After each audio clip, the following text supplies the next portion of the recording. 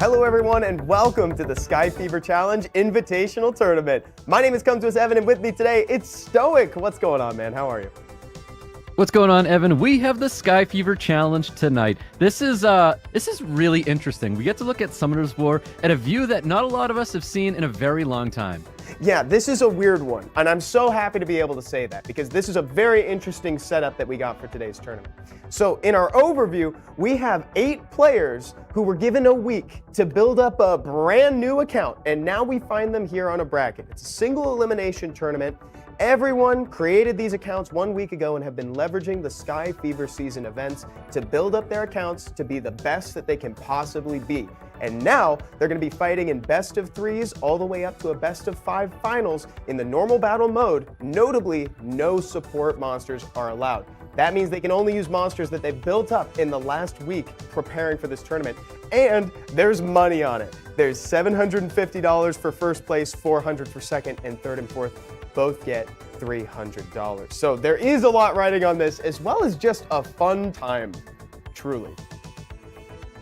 And here's our bracket, guys. We got Apze, Pac-Man, Jhon, Whycuzimag, Alittlejenny, Sha B, Daniel Karioka, Topa V, and Duracel. This is being streamed in 3 different languages. We have representatives from English-speaking sides of the community, Portuguese, and Spanish. It's going to be a throwdown, Stoic. It's going to be a lot of fun.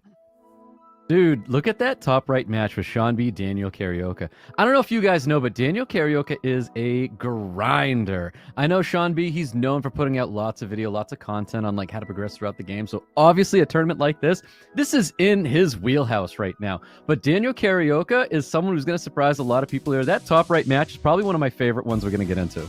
Yes. So guys, I got to tell you, I got to interrupt us for a second and remind everyone in chat that there is a prediction event happening right now. So take what Stoic just said to heart, guys, because like all this, there's a lot of factors here, right? Because you don't get to judge these people based on their accounts that we know and that we've seen them play. These are brand new. So you're judging them based on their knowledge and their determination to grind, otherwise known as their grind set, Stoic. So, so use Command New Survey to fill that out right now. So based on this, are you thinking that it might skew more towards like Daniel Karioka, towards Sha B, or is there someone else that you have your eye on? I mean, I think Sha B is like a #1 contender when it comes to something like this, start a new account. He's done these beginner series before where it was like, how fast can we get to TOA hell? So like to see this is to no surprise to see Sha B be like a #1 person in a tournament like this. But I do think people like Daniel Karioka, Topa V, these are people that are well versed in the game. And I think those are going to be big names that will surprise you. Yeah, I think so too. Here we go, our first matchup. We got Apze versus Pac-Man Jhon. So going into this one, Stoic, what should we be keeping an eye on for this? Man, I wish I knew a little bit more about Pac-Man Jhon, but we also know a lot about Apze, and I feel like, you know, a lot of people are probably in the corner of Apze here just because of, you know, him competing towards SWC and everything. So, you know, I would give a little bit more credit here to Apze, but I'm very happy to see, you know, what Pac-Man Jhon's got in store for us. We're already getting to pre-ban. There's pre-ban with these new accounts. This is wild. Isn't that hilarious, dude? And that's the thing. So we've got these pre-bans out. So we've got Verd pre-ban, nice one. And the Bellinus. The Bellinus is either just hedging bets or really good homework, Stoic, because if I were in their shoes right now, I would be banning predominantly farmable monsters. I'm talking like Gapsu. I literally was gonna say Gapsu, and then boom, there he is. Yeah, all those new units, especially the fact that we have an event right now that gets us a lot of these units for free, which is insane right now for a beginner account. For anybody who's looking at starting Summoner's War account, now is a better time than ever. Oh, that's an Abdua. This is not something you should have been able to obtain. Isn't Abdua? Yeah, this is This is An weird. LD pull. No, you're right. That is actually an LD pull. That is not a Hall of Heroes Amduat, I don't think. Okay, bans are locked in. Wow. Guys, I'm telling you, prediction events. Right now, fill them out. It's going to end as soon as we go into this match officially. Bans are out, Stoic. Miles is gone. Camilla's gone. Here we go. This is so interesting. It's so neat because, like, you know, we know players for having certain Nat 5s, or honestly everybody to have every Nat 5. So it comes out as such a surprise to see what Nat 5s get laying down there. Vanessa, Diana, really excited to see the Amduat. This is going to be really interesting. Strategy with the Fire Robo is really interesting because we can't even say that, is this a Despaired Robo or not? We don't even know yet. No, we haven't gotten to see. We haven't had enough time. But the Robo is really cool here because he techs really well against additional turns, like Pac-Man Jhon is presenting on the other side. Exactly. I mean, we have Diana who wants to take lots of turns. Antares is known for it as well. But the Diana, I think, is a very clever pick here to try and interrupt and potentially even stun things up here. It's a powerful unit. I'm very curious to hear if he has the crit rate or not, because obviously when we start new accounts, are we able to get the rune quality that we need to make certain units perform? You're kidding me. They're the Despair procs, man. I wasn't ready for it. I was convinced. I was literally going to make the call. These units are, this is on Swift. It's too fast, and then we got a stun. Yep, that was really, really fortunate there. So we have a Despair set on the Fire Robo, which is really, really nice. I think this Gapsu is going to be a problematic unit. We knew the Antares was something that needs to be dealt with, and Apze is doing a phenomenal job at getting rid of that unit. Obviously, we have the Vanessa passive, and we have the Riley sustain to bring this unit back here. So let's see what happens. No Despair stuns rolling out, but it is is that a Violet?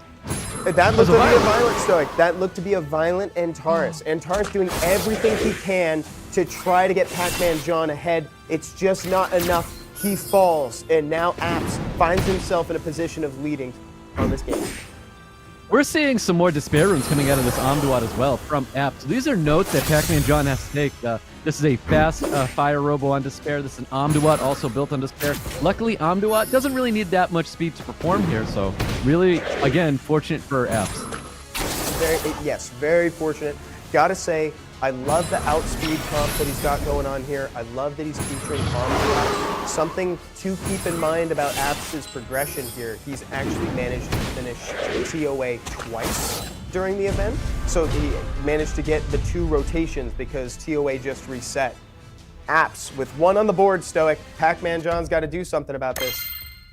Yeah, that's crazy. Even be able to complete TOA twice for, you know, these 1 week accounts is wild. The amount of time that needs to be put into there to do that is crazy, because the amount of effort that you need to imagine, like, opening up Summoner's War and you just, the first thing you do is go into TOA. You need to have the experience of knowing how to get through the mobs, the floors, able to achieve that rune quality to do so, meaning the time needs to be put in. Just like every little window that Apze had to take to get through that as quick as he did before that reset is insane. Exactly. And like something else to keep in mind too, I can't help but notice Apze he's F3. He's been playing RTA. It's not just theory. He's been testing, dude. He's been on the ladder trying out this comp. And he also went on record and said that Gapsu is his favorite unit on this new account, by the way. Yeah, definitely. I mean, look at the synergy he's throwing down right now. Amduat, Gapsu, that's nuts. And then we're dabbling in with a little bit of Veramos, which again was another free unit that, you know, you were able to get through the event. So Veramos is going to be a very clutch pick. Even in SWC today, Veramos was very great. Yeah, and I would be comfortable saying, dude, he's got a full element neutral comp here, dude. Miles doesn't care what element you are. Oh my God, Apze's in chat right now, Stoic. He just said, I lied. It was Miles, but that was a secret. That's awesome. Oh, that's so funny.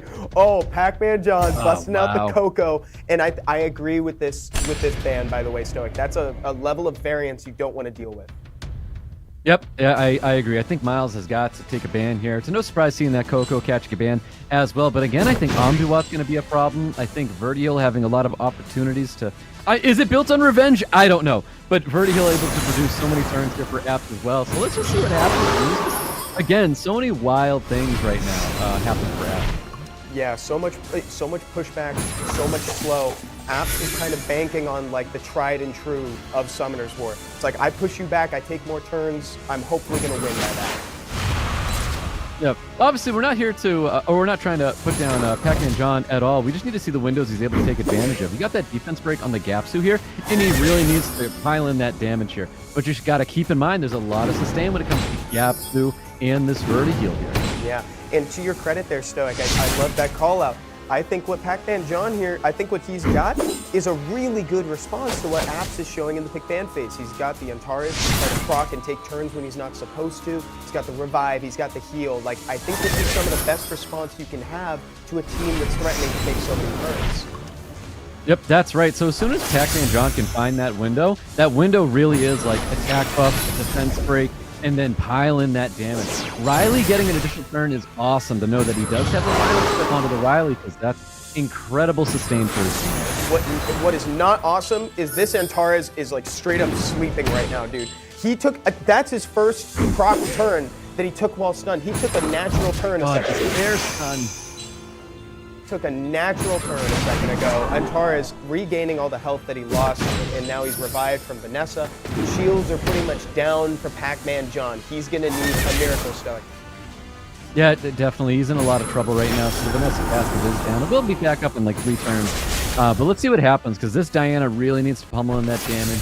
I want to know, if we haven't confirmed this Vanessa's built on Despair or built on Violence. But this could be full broken Vanessa, knowing that it's going to see a lot of attention, and people may want to get rid of it pretty quickly. So I wouldn't be surprised to hear that it's like a full tank, full broken set Vanessa.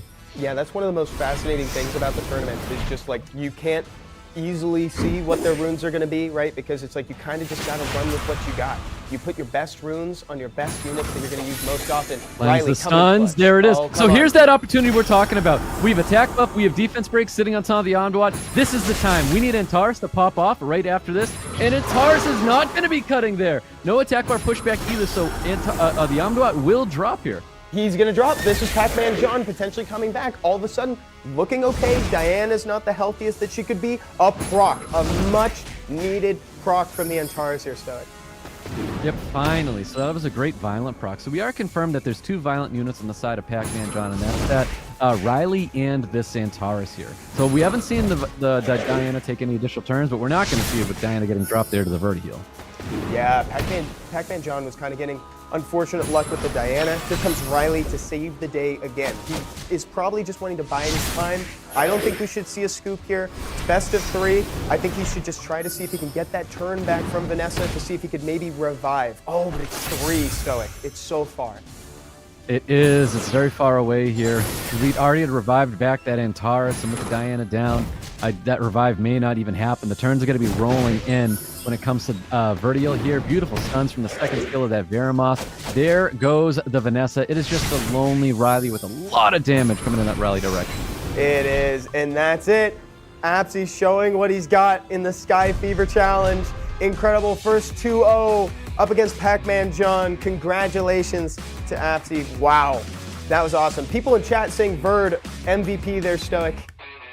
Oh man, Verd really is the MVP. More turns, more damage, and that's just so important when it comes to these early game accounts here. So Verti-heal being in combination with even that Amduat is super, super problematic. The fact that the Amduat had a Despair set on it, it just made it so much more important. We saw some impactful stuns going out there, but not just was it the Despair stuns. We had the Veramos providing second skill. We had the Gapsu with skill 1 stun, and the Gapsu alone is just so difficult to get rid of. So Apze has a very strong core right now, and that may even, show a little bit when he's got that F3. And just already classic like turns, man. I'm gonna take my attack bar, I'm gonna push yours back, I'm gonna apply slow. Guys, we've got Apze on the line right now, so we could talk to him in person. Apze, how are you doing, man? Congrats on the win. What's going on, dude? I'm doing pretty good. How are you? I'm doing great. It was so fun watching you play. Real quick, before we kind of get into it, is there anything you want to say to your fans that are watching in chat? Because people really enjoyed watching you. I did the robot for you guys. Heck yeah. Let's go, baby. Robo gaming. I actually used, he was the first unit I Devilmonned. Oh, wow. That's really, like, honestly, worth. I really liked your comp. So how did you like the experience of building up the new account for this tournament? It was really fun. I'm kind of curious I mean, obviously, like how, like the fact that we got so many like free units through the different events currently going on, like that influenced it a lot. Like, 'cause obviously the progression right now is so fast that I don't know. It's really, really fun. Like, I don't know. I spent so much time doing it that I'm not sure I would, I wouldn't want to do this a couple weeks in a row, but it was pretty awesome this time. I feel you. Awesome, man. Okay, so hopefully we'll hear from you a little bit more later on in the tournament, dude. Thank you so much. And congrats again on the win, okay? Oh, thank you. Wow. Dude, Apze is so fun to watch, Stoic. Like, truly. He is. Apze is a very intelligent player. We hear him. Well, even being able to work with him during the coaching tournament that we had for Guardians Club, he really has such a great mind on top of those shoulders. He's very, very creative, and just like when it comes to coming with creating like comps and just like team ideas, this is someone that you do have to worry about because you give him nothing, and he's probably going to try and make something out of it.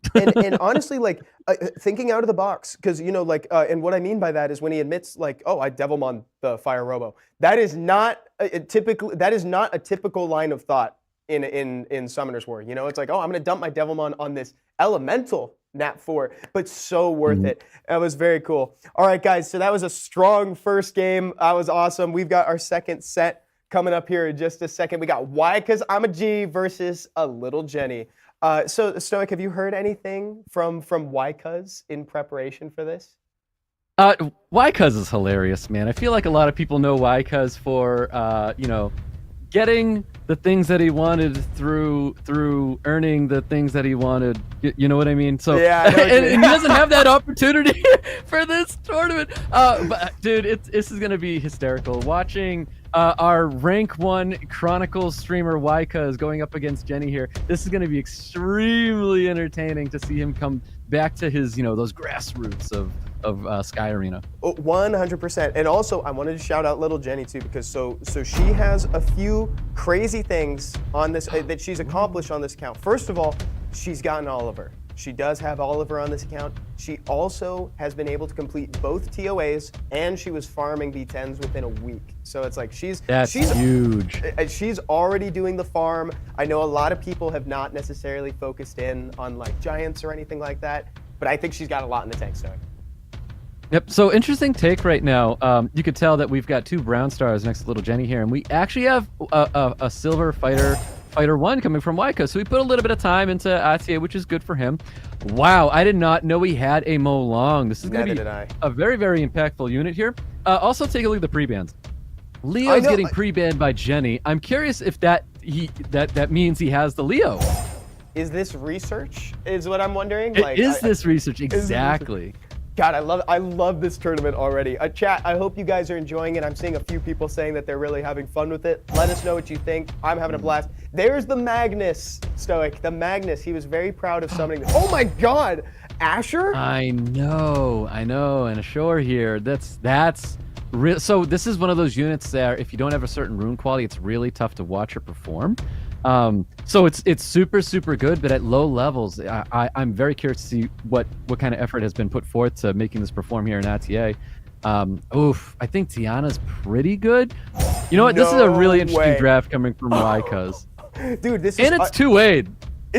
He's second awakened. Honestly, like, kudos to Whycuz for that. It's spending time doing a second awakening. I think we saw that there was an Escher in the last one too. Like, this is it's really cool seeing how they split their attention. And Sonya to wrap this up. I wasn't. Look at Pat. Pat's like, what? And Jenny's seeing it. That is great. Wow, he left the Sonya in. So Sonya can be super, super dangerous. So let's see if Sonya's able to take a unit out here, because we have a 33 speed lead and a Sonya being let through here. So that might be losing a unit right out the gate. I was thinking, dude, Tiana's got a defense lead, super niche. I never thought about her having the defense lead as being important before. But let's see if it's enough. Sonya's geared up with the skill too, Stoic. Yeah, it's got to go right into this Tiana, to be honest with you. Tiana's going to be built on the best speed as possible, therefore the defense may not be there. Unit of choice was the Mo Long. So Jenny there, you know, it's like a form of reset. Now that Mo Long can't use Reckless Assault, it's almost like on reset at the moment until Whycuz can get that health back up. Yeah, I really like that choice by Jenny because, like, effectively she removed the entire capability of Molong from using that third skill. Violent Molong as well. Can't do anything with this proc though. Trying to set up a defense break. Nothing's going to be happening right now. So I know we should be healing with skill 3, but I almost wanted to see the immunity get up. Never mind, he's going to get the immunity anyways. That is a violent Riley. That is extremely fortunate for Whycuz because the resets were coming. Dude seemed a little upset about his rates for pulling, for what monsters he pulled, but clearly he's got the blessed violent runes and a Saf that can despair stun the Sonya. Now, I do think Ashore should probably go into this the Grim Reaper. I know the Molong's a little low, but you're not afraid of that Reckless Assault at 50% there. So if he was able to get the strip off the attack buff of the Grim Reaper, that might be where the attention needs to go. Because not having any form of immunity, it may put Jenny in trouble here. I agree with that assessment there, Stoic, because Jenny has enough tools to deal with the Molong. Oh, never mind, there is immunity. The Sonya can go into the Molong, though, and keep him low. It's just one turn of immunity. Like, I agree with that assessment. I think maybe don't miss out on the damage. You want to kill units when you can in this sort of play. Whoa, he went for that Reckless Assault, and that was a bit of a... That's a crazy take right there. That's a big additional turn, and that should drop the Molong here. Riley was going to be... Oh. Uh-oh. Was that a greed? That was a little greedy. That was a little Jenny being a little greedy, Stoic. Oh, but she's gonna get this kill on the Oliver right now. That was actually a pretty good turn for Saf. That was definitely a good turn for Saf, so we're going to watch that drop. There's no skills up on the Twin Angels. Now that the Wind Twin Angels we know, it does have immunity, so it will protect it from Saf a little bit here. We have second skill available for Molong. Molong needs to get something a little more than the first time he used second skill. We do get a stun on the Wind Twin Angels. Oh, and he's got skill 3 up, so that means Sonya is going to be even more healthy than she appears right now. No defense break, but that's okay. We take the cleanse and the heal whenever. Pat, tilting his head a little bit. He's like, oh, another proc, huh? He's definitely okay, though. He's in a really good spot because Sonya's going to be taking a lot of damage here. We're healing up our team, making sure it's as healthy as possible. The unit of focus right now is Sonya. Here's the big skill, too, though. And it does drop the Tiana. So right now, he's at a unit deficit at the moment, but Sonya will be dropping. Keep in mind, we've got skills coming back up on the Wind Twin Angels. We do have that immunity coming next turn. Let's hope that Jenny skilled up that Asher, Stoic, because I think the Asher is going to be the key to success here. That thing deserves the Devils. It deserves the best Bio runes on your account. Everything. Is that a Despair Fire Grim, or does he stun on skill 1? I don't know. I don't know. Look at this, going for the AoE. I think it's a Despair set on the Fire Grim Reaper, which definitely would help Whycuz for sure. I think it is a Despair on the Saf, Stoic. I think I saw Yep, that's what it sounds like. It sounds like a Despair It did get a set. stun earlier, so we won't be seeing it proc or anything like that. It might be able to lock down the Asher for a turn. No such luck. Well, that's where it's got to go. We have to go into this Asher and make sure we get rid of this unit here. So let's see what happens. It's going to be more poke damage. Asher should have what it takes to finish that unit off here, and it's just a lonely Riley. Obviously, Riley has lots of sustain on many, many skills here. It just has to not get silenced, not get defense broken by this Asher. Let's see what kind of damage is going to happen here. Don't you dare. Why are you using your totems? Just more poke damage, Pat. That's if you want to win this, you got to throw it at it. Yeah, you gotta throw everything you got. That's hilarious. I think Jenny is now in the position where it's safe to say that she could hold all the res, but I don't think it's going to be enough, Stoic. I'm pretty sure this one's in Jenny's court. Yeah, I do believe Jenny should be taking this one here. We do have a lot of skills available. It looks like we have a Devilmond ashore, because that second skill is coming up every other turn. So I believe that's a fully skilled up Fire Desert Warrior. That's what I'm talking about. I think that unit deserves the world, man. I've been so impressed by Asher recently. He's a part of my draft, and I know he's left a very strong opinion for a lot of people post SWC2. Most definitely. So I don't think Pat's going to be winning this match. I know he has a lot of sustain, but as the HP goes down and the attack power goes up, this Ashore is going to be pumping lots of damage. Just look at that skill 1 into the Fire Ashore. You know it's not going to be it, and I think Pat knew that immediately. Nice job, Alittlejenny. Very well done. Someone said Riley Spotlight in chat right now. I did want to remind everybody, for folks who are joining maybe a little late into the game here, So we've got 8 participants in a tournament right now. They have had a week to build up these accounts and leverage the Sky Fever season events. Those are the events that are giving you runes, artifacts. They're giving you monsters, the fusion support monsters, everything. Like it's a very good time to be a Summoners War player, and they have built these up from scratch. And this is their first time showing them no support monsters, the free-to-play rotating selection of monsters for RTA allowed. It is purely what they built. Exactly. Let's see what the pre-bans are going to be here. Oliver's going to be catching a pre-ban, which I do think is justified, but I almost wanted to see the Sonya band out there. Me too, especially now that you know that it exists. I'd also be down for an Asher ban, because I think Asher ended up being pretty problematic. I don't know what Jenny wants to take. This is the opportunity where, like, if she wanted to, she could maybe snipe the Riley, perhaps? Potentially. Let's see what that first pick's going to be. I feel like taking the Riley is a really, really good take here. It stayed alive. It looked like it was pretty well ruined for what Whycuz could get on it, but it looks like we're going to go with the Wind Twin Angels. I do think when it comes to these first picks, we should be taking a unit people have when it comes to being this early in all these accounts. Yeah, I think so. Take the easy ones, take the farmable ones, something like that. Whycuz did a good job locking these two in. They both were pretty impactful. It looks like we're trying to go for a repeat here, Stoic. Yep, exactly. Sonya's coming back in here. I think Sonya first went after Whycuz's Molong.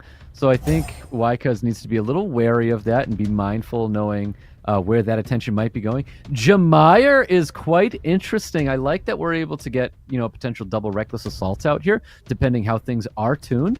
But that would require that we have some really, really good sustain. Like, there's no Yan Hong and Whycuz's court right now. Oh no! How cool would that be though to see the combo go off double reckless, so long as he has enough HP to sustain it? That's kind of like an interesting. Holy! And he has a Varad. How dare you, Pat, complain about your nat fives? How dare you? And he got Tiana to open up the court for the Varad Stoic. Like, this is crazy synergy. This is the Jameyer Varad. We have seen this before in ATA as well. People use a combination of those two units to help lock down units, lock down other players. So really, really nice combo here for Whycuz. I love the Veramos. I think Veramos is going to be really good. Interesting take though on this Fire Pudding Princess. Yeah, it's the Jackson at home, as we like to call it there, Stoic, right? And I think she's actually a pretty sick monster. She's reducing the efficacy of attack bar pushback skills, so she could be effective against the Varad, so that might be signaling that Jenny is going to allow the Varad to stay in play. And the Veramos seemed, maybe he was in anticipation of the Magnus at the end there. Yeah, I almost wanted to see more sustain or more like bruiser coming out of Whycuz here, because Sonya looks like the only aggressor right now. Sonya was used to limit the reckless assault on Whycuz's team last turn, but now we're not showcasing a lot of damage coming out of Alittlejenny at the moment. Yeah, well, I just want to say, folks in chat saying sackers. I don't see any probably for the rates. Whycuz's nat fives. That's what it is. Is that what it is? I was like, what are you talking about? We're in the pick ban phase. Now I see what you're saying. I do think Jenny read into her Sonya getting banned out there, because the correct ban was on that Molong, knowing you didn't have a way to stop that reckless assault from coming. So well done on Jenny with that ban there. So let's see what happens, because we've got this Varad primed and ready. We do have immunity that's coming up here with the Wind Twin Angels, though. Yeah, let's see what he pulls up. He puts the speed buff, but he's gonna get cut. Jenny gets cut by the Varad. That was an interesting take here, because we've got the Fire Geralt or Fire Henry Cavill. He's got a lot of negative effects he can lay down on the field here. We've got defense breaks, we got slows right now. Varad's gonna have second skill coming, and we may not see this Wind Twin Angels take another turn here. Yeah, but I'm confident right now for Jenny, because Veramos cuts in before any of Whycuz's team moves, gets a nice little stun on the Jameer. So that means Veramos did the work, so that means Jameer can't refresh any cooldown stuff.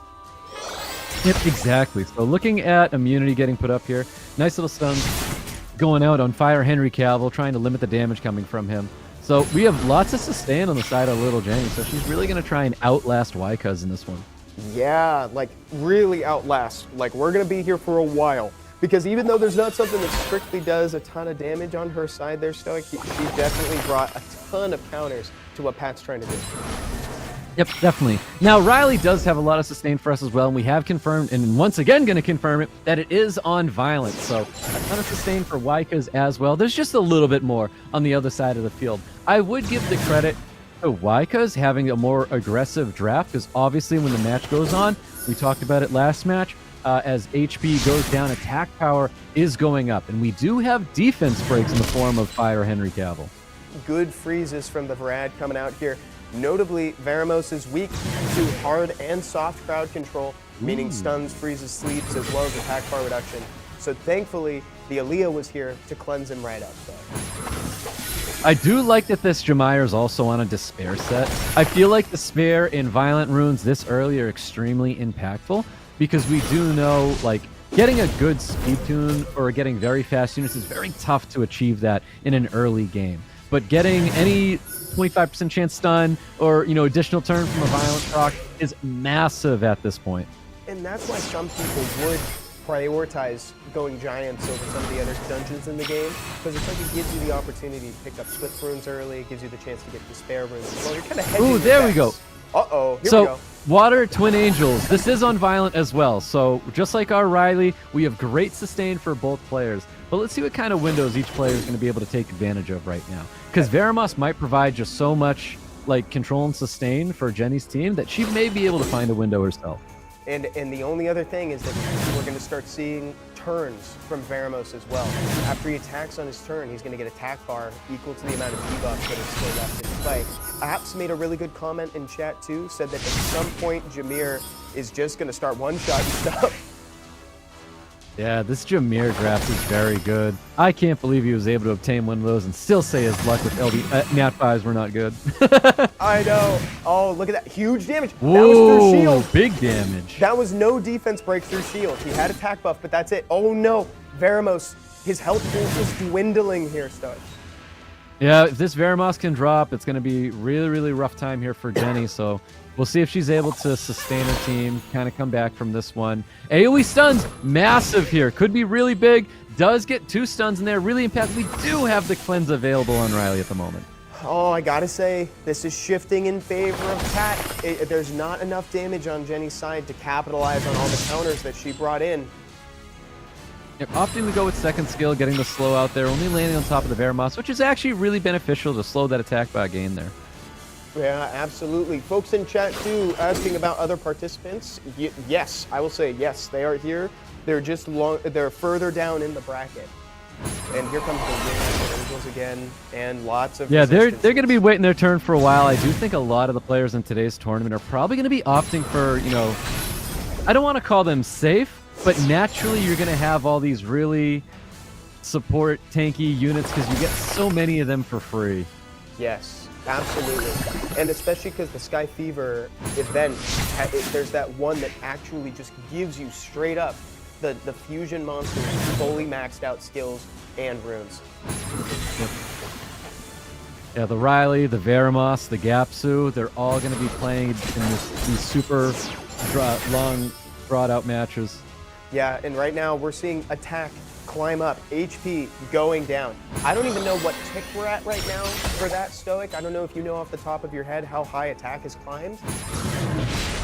I think I missed every time it shined on the on the screen there to see where we're at. Nice initial turn coming out of Veramos. We have to go with second skill. We need stuns across the board. We get those stuns. Oh, the additional turns are rolling in from Riley. That is super fortunate there. The full team cleanse attack buff's going to be available. We've got all skills available on Henry Cavill right now.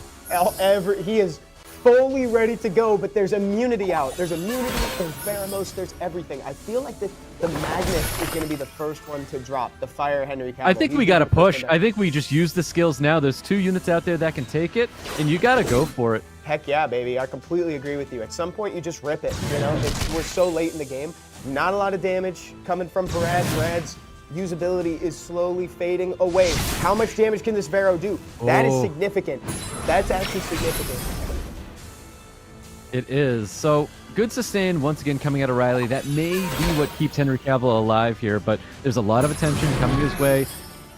Interesting take to go with the third skill there, because I think Varad has a second skill up at least, but immunity is going to be up, and I feel like we could have held off for one more turn before we did kill. that. This It's may drop lethal. the Henry Cavill here. Oh, He's that's still so close. alive. We do have third skill available. He used the third skill there. We got 2 units that he could have freezed. We've got third skill available. You got to pump it out there. You got to just go for it. There's the defense breaks. We've got more sustain coming with the third skill right there. Oh my God, with the additional turn again. Use the first skill. It's going to pump in way more damage. Drops the Veramos. Pat, oh my God, with the Uno reverse card on the Veramos, that's the primary damage dealer for Jenny's side. Against all odds, Veramos ended up in the damage dealing role, and he is now down.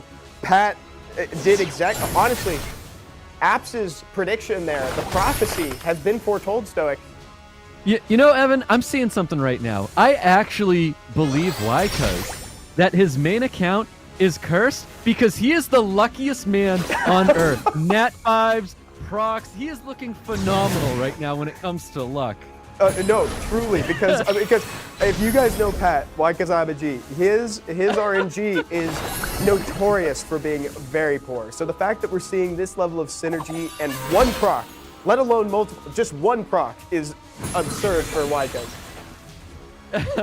But we're getting them, like the the Riley and the Varad have just been putting in work. We've got shields. See, this is where you just do it. You use those skills and just throw it out there because Riley's providing so much sustain for the team. He is. And if you're Jenny, you don't need to stress. She's a point up right now. It's best of 3. 70% attack power up, by the way, right now, Stoic. Yeah. Look, fire Henry Cavill. Look at the damage he's putting in here. Doesn't even matter. Just 70 up, 70 down. It's huge. There you have it. Whycuz getting a round 2 victory. Round 2, tying it up for 1-1. That was like the slowest game I've seen in a long time, and I was still like tweaking out in my chair. That was actually really fun. That was really cool. Well, Jenny had a lot of opportunities, though. Jenny had opportunities to really turn it around, but you want to know what? Violent was an issue. It really was in this match because Pat should have lost a couple units. Well, technically the same unit on multiple occasions, but just Riley really put in the work in that match. She did. I think it's got to be a Riley take, unless I think Pat might actually have first pick again. So because it was passed to Jenny first, and now it's his first pick. So that means that Jenny's not going to get the chance to take that thing away. Honestly, I think you pre-ban it. If I'm being 100%. I think you pre-ban. So Pat has first pick. Yeah, there it is. So the pre-ban on Riley is correct. I love the pre-ban on Sonya. I think that is also the correct ban here. I really don't want to see a Molong first pick coming out of Whycuz anymore. I think if there's something that you can take, you do take. And it's probably like a Veramos, something like that. Because there it is. Look at that. He's already on. He's already on it. Hey, but I want Jenny to do the exact same thing. If there's something you can take away from Whycuz, I think you try to push for it. You know, Escher is a very easy to obtain unit as well, or I guess a pretty easy unit to obtain. And I think you make like a push for that because I know Whycuz showed off the Escher before. Yeah, thievery goes really hard here. So it's like if you're in the pick ban phase and if you share a unit at all, I think you take it. I think that's kind of like gonna slowly be the best thing. It's very impactful early. Of course, that's asking for a lot because already in just these 2 sets, these players have a weird amount of synergy. Which is actually really fun to watch. So asking them to kind of deny themselves a slot is a tough ask for sure. Pat was in chat saying, what about her Despair Stun, Stoic? Nah, nothing about the Despair Stuns. You won that match. Whoa, we have a Perna! I did not expect to see the Perna here. And you know what else, too? This Thrain that Whycuz is showcasing here. This is the second time that I've talked about Thrain this week in RTA, which is really weird. Seppi was saying that Thrain is a really cool counter to Leos. Wait a minute. In RTA. 2 ways, Evan. Huh? Wait, where did he find the time to get double 2 A's? I don't know how he did this, dude. I don't know how he got both the Grim Reapers up, too. What a dungeon to choose. Like, Sath and Thrain, very interesting decisions. Maybe it's a byproduct of a TOA team. You're right. You are definitely. I mean, Pat's just showcasing a bunch of TOA units here, trying to play TOA and RTA, and that does work. That is a very good strategy here. Thompson, so thank you for the raid. Welcome, everybody. Thompson, what's going on, man? Let's go. For folks who are just joining us, let me just give a very slight introduction of what this is. So the Sky Fever Challenge. These players, we've got 8 players in a bracket right now. All of them are influencers, content creators for Summoners War, and they had 1 week to build up an account leveraging the Sky Fever season events. It was purely what they could build during that time, what they could earn in the events, and now we put them in a bracket and we're making them fight. And there is a prize pool of $1,750 on the line, $750 to first place, $400 to second, and so on and so forth. What's up, everybody? Welcome aboard. So I think Pat's in a little bit of trouble right now because we have a lot of opportunities right now for Jenny to take to remove units very quickly. So let's see what happens in this match. But I do agree with both players on their bans. I think Jenny thought her fire pudding princess was going to catch a ban there, so the Varad ended up getting banned out. But that unit ended up getting let through here. So let's see what Whycuz is able to do here. Both players here are at match point. Yeah, this is a huge deal. This is 1-1. Anybody who wins this moves forward to the semifinals.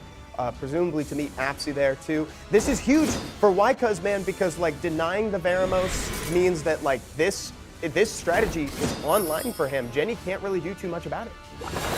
Well, there's that second skill. We got some shields. We got some more health coming in here.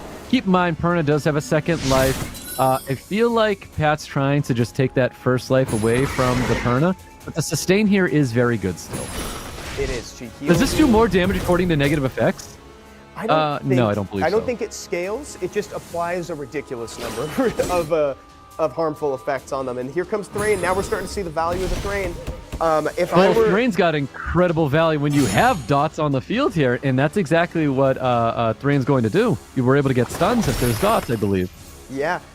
Folks in chat saying TOA style, 100%. In fact, Jenny pointed out she actually was able to complete, she did TOA a couple times. She did both TOAs already farming. I know Apze did TOA twice during the week because we had reset on the 15th. So there's been a lot of opportunities to summon and get cool stuff. Yeah, super, super commendable for all of our influencers and content creators here that were able to achieve so many clears of TOA in such a small time. Yeah. Oh, Bloom, I love the enthusiasm. If I was in this, I would have swept. I would have full swept it. That's awesome. Maybe next time, Bloom. Oh, big cleanse from Asher going on to, I think the Perna. I think that's slightly lower than the Wind Twin Angels. It is. That's big. He could shut down. That Asher could kill the Magnus. Oh, man. The res is. Yeah, no defense break goes out there. I love the combination when it comes to Ashur and this Perna. That's like great sustain for units that are just dealing damage. It is. Because it baffles the mind. I love Asher View. The fact that he death breaks, cleanses, heals, everything. AoE slows. This is extremely impactful here. So right now, Whycuz is going to be super, super slowed down. I don't think there's much you can do about it, but we're going to see the third skill go down here. Is this built on Despair? I believe it is. I don't know. I think it stuns natively in the skill. Oh. So we have yet to see guaranteed, but we might be able to see on other skills. A big damage there. I think Perna still is the unit that he's really trying to get it down. He's going to keep pushing for that. Nice additional turn. That's great sustain here for Jenny. You could see that Pat felt that Bioproc stoic. That actually caused him to physically recoil. I love Jenny's enthusiasm through the whole thing. She has been smiling the whole match. Oh, Pat hated it, man. Oh, Jenny's putting the Perna into the win. Jenny's locked in. Yeah. It's definitely not over, but I think the Asher with the cleanse is a really big deal for Jenny. It really is. I think Asher Perna, so good. We have awesome sustain units out here, like the Fire Pudding Princess and the Wind Twin Angels. Dude, I think this is going to be it for Pat. He's going to be losing his Fire Grim Reaper. Third skill is going to be pushing his team up in front of him.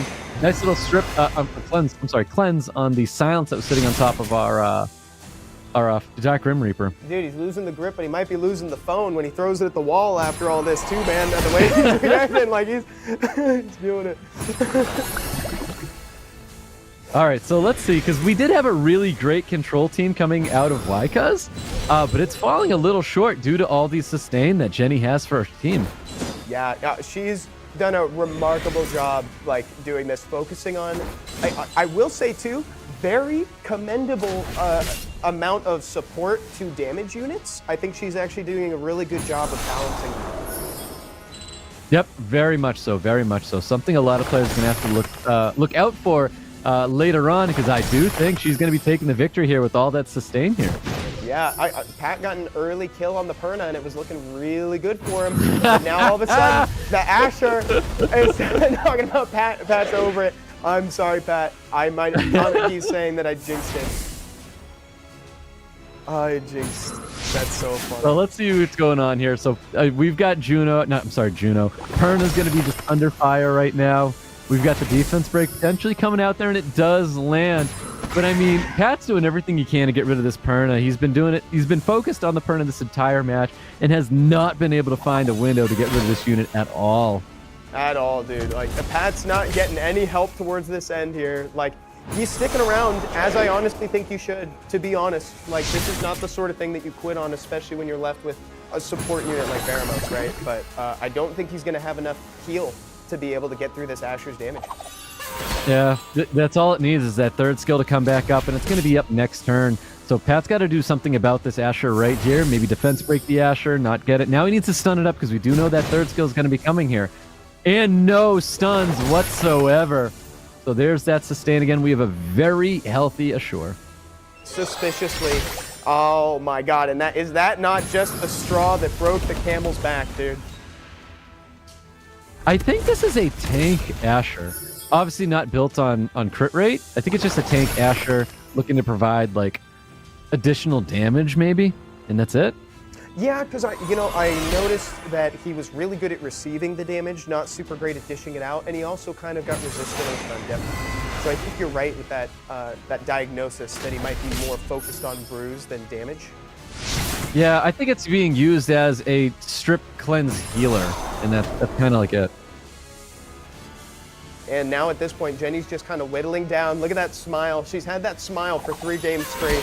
I gotta say, I love it. Even on the second one where she was kind of behind in that game and ultimately Pat got the dub, like she was really like happy to be here, happy to be dominating with her team comp in this third match, I'm sure. Pat put up a great fight, but ultimately Jenny will move forward. Yeah, what a match for Jenny. I mean, that was sustain. That was being able to take advantage of the windows you could get. A lot of stuns going out there. So just well done on Jenny for holding out and taking down Whycuz here. 100%. I really like the comp. I like the distribution of the support units with the little bits of damage thrown in. Pat, different account, same RNG. That's Pat's comment from that one. I think Come To Us locked in and was like, wait a minute, this feels like Pat. I feel like we should crack down on this stuff. Like, it's so funny. They found him hiding. We got Jenny on for an interview. Take it away. Take it away for the interview. Felicitaciones. Muchas gracias. Andan preguntando en qué te centraste en las batallas. ¿En qué me centré? Sí, Más que nada estaba súper concentrada porque me salían muchos procs del lado contrario. Estaba en desventaja muchas veces. Quería que Sonia hiciera un poquito más, pero no sé por qué le temían a Sonia si Sonia no hacía nada. Pero en realidad sí traté de armar cositas para tratar de defenderme de alguna forma. Y no me acuerdo cómo se llama, Acho. Él creo que fue el principal que me salió anoche, fue un milagro. No sé cómo me salió, pero me salió a las 4 de la mañana. ¿Quién te salió a las 4, perdón? No, perdón. No fue él, fue la galletita de fuego la que me salió a las 4 de la mañana. Ándale, gracias. Qué bueno. Suerte. Así que, muchas gracias. Wow, congratulations again to Jenny, and thank you so much for Come To Us Roots for providing the interview for that one too. That was a really fun set, Stoic. I've been very impressed with the first 2 sets of this tournament so far. Yep, exactly. They've been super, super fun. Very creative. Credit to Whycuz as well. He brought in a very interesting comp. Showcased a couple 2-aid units in there. Put a lot of work to get that account to where it was as well. So really, really nice to see the combinations that he brought stable. Jemire, the 2A Grim Reapers, Verad. These are awesome. Really, you did well in TOA having those units. The double dragons was really surprising to me, especially on new accounts. It was really, really cool to see that. Guys, we've got our next matchup prepping right here. We got Sha B versus Daniel Karioka. So this is going to be one to watch. So Stoic, you shouted this one out as one to watch at the beginning. Yes, I believe this is probably one of our more exciting matches. I think Daniel Karioka is going to surprise Sha B here, but I do think this is Sha B's wheelhouse. This is what Sha B does. You know, this is content creation at its finest right now for Sha B. It is. So I have a couple people in chat again asking what this is. I'm so sorry if you've been here from the beginning. I'm just going to say one more time, these are in fact new accounts for the Sky Fever season. They were given 1 week to prep an account to fight in the tournament just to see what they can do. So you're betting on these players, like their mindset, how well they know the game, how well they can leverage the events, everything. And it's been really fun seeing the strategies that they bring to the table. So just in case folks were wondering, that's what you're watching. And there is some money on the line at the end. 2 pre-bans come out here, Stoic. A Ragdoll pre-ban. Yeah, imagine. So we get a Ragdoll pre-ban here. I don't believe Daniel Karioka has a Ragdoll. I don't think any of the players today have any LD Nat 5s. That would be insane to see that. Well, of course, minus Veramos. So Veramos is going to be the first pick here for Sha B. Let's see what Daniel's got in store for us. So I think Sha B shouted out too that he really likes his Nora on this account, and he also got Kumar, but he said that he was sad that it wasn't Chandra. Oh, Chandra would be very nice for anybody to pull one of those units here, but I think Kumar's cool. We've got, I believe, a skill 1 Oblivion. There's no unit in the game that does that except Kumar. So, well, I guess no, true. Technically, you're right. Would be it. But. Hey, if we're speaking strictly at the skills, you're right. His passive does that. You're right. It's but like also, we don't have any Ifrits. That would involve someone having to do guild content, and that's not enough guild content to be able to pull a Ifrit. So no Tessarians will be popping up today. Yeah, super true about that. Something to keep in mind as well, by the way, Sha B let us know that he actually skipped Giants entirely and just built a Dragons team. Just started farming, and then he got some will runes from the events. Well, let's see if it'll pay off just going full Dragons here. We're going to see a Dragon or a Draken pop out here for Daniel Karioka, and it's going to be the Slovak, which is not that slow. It looks like we have a speed team right now coming up with Daniel Karioka. Yeah, the first couple especially really shout cleave, right, Stoic? Like this is looking to be a highly aggressive comp coming out from Karioka. Yep, and the Jhon, super interesting. So basically what's going to come down to, I believe, is if Daniel doesn't land everything he needs to, this Jhon has the potential of just completely taking over. Being built on Violent with 2-turn provokes, you can almost get those provokes back up again. Yeah, folks. And remember, Daniel Karioka, previous SWC participant as well. He's been in America's Cup before. Daniel Karioka is an incredible player. Really like what Sean brought to the table here, but I think this is going to be a tough match for both of these players. Yep. We have the Annabelle catching a ban here, and the Clada is going to be catching a ban as well. Annabelle is a very nice unit to have for this too. Yeah, true. Very true. And you know who else has been using Tyrone a lot, actually, is Seppi. Seppi's been featuring a lot of Tyrone in his RTA comp right now, in like P3 RTA. Yeah, the Tyron's a interesting pick here. I believe it's just being used for its speed lead. I'm pretty sure it has a speed lead. It is, you're right. It's a 19% speed lead, but Karioka might be confident in his speeds enough to opt for the 33 unless he wasn't able to get the stats that he wanted on the Etna without that lead. You know what I mean? Like he had to focus on speed and crit damage too much to get 100%. Let's see how this Etna performs. Just okay, Stoic. Yeah, so only going for this Kumar right now. We get a nice little additional turn for a proc here coming from the Antares. That's a lot of damage going into this Belinus. Yeah, Belinus already taking like 25 to 30% of his health as damage so far. Also, was everybody on will? I think Apze pointed that out, said full will. Yeah, very interesting. So there's that second skill. He's going to be cleansing, shielding his Kumar up here. Kumar with skills available. Does Kumar strip with first skill too? Yeah, I believe he does. I think all the beast monsters with first skill. Holy, that's a lot of damage going out here. Jhon Daniel- is getting absolutely cleaved at the He moment. is. Daniel's got to capitalize on this right now because if Veramos gets a turn, it's going to turn around. But otherwise, it looks like he's got all the time in the world here, Stoic. Yep, that was a excellent draft here by Daniel Karioka. Great speed tune, by the way, as well. What could have Sean done there? I'm not too sure. I don't for this one. We'll have to see what he thinks he should do to adapt. Karioka had a really strong outspeed comp. Maybe if Sean like pre-bans the right monster, perhaps like knock out the Belinus or perhaps bring some more stable immunity, something like that. Immunity is kind of a tough call, to be honest, because Belinus is just one of those monsters. You don't get the chance to put up immunity.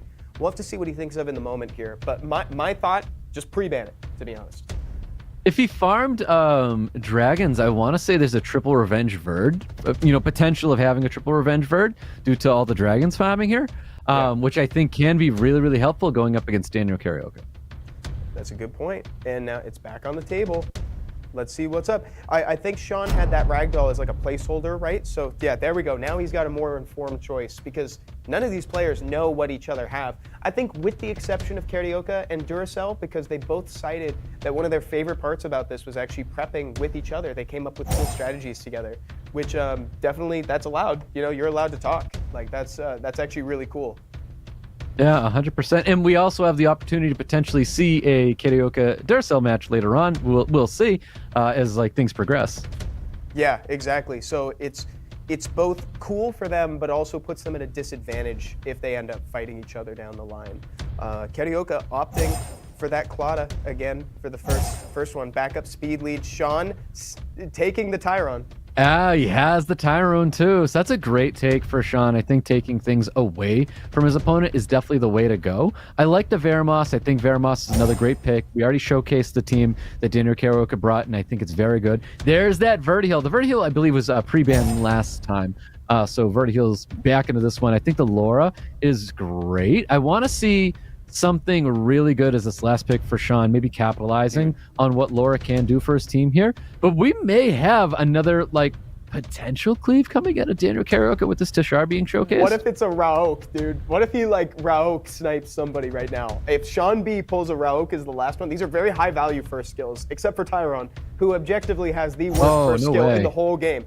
But yeah. I think I saw this. I think he flashed it earlier, and that's why it's in my mind. I think I saw that because this is a full free-to-play RTA comp. This is actually something that a lot of people can do if they want. To do it at pseudo high level, of course, you need really good runes for it. But like, you team up, you bring the Lauren, you bring the Verd, you bring whatever, and he opts for I think the Nora is a safer pick. I think Nora is a safer pick for sure. I think we are looking at an Epicon priest ban. Oh, we're getting a Vertiheal Tashar ban. So I think what Sean thinks is Daniel's not going to have enough damage here. And I think that's what scares me the most, to see if Daniel Karioka does have the damage to get through it, because this Epicon priest might be problematic, but Nora and Laura, we'll see what they got for us here. Or Lauren. Skill 3 coming out. We got a few clutch resistances from Lauren in the beginning, but she wasn't able to keep it up and ultimately faltered to the stun that Ethna was bringing.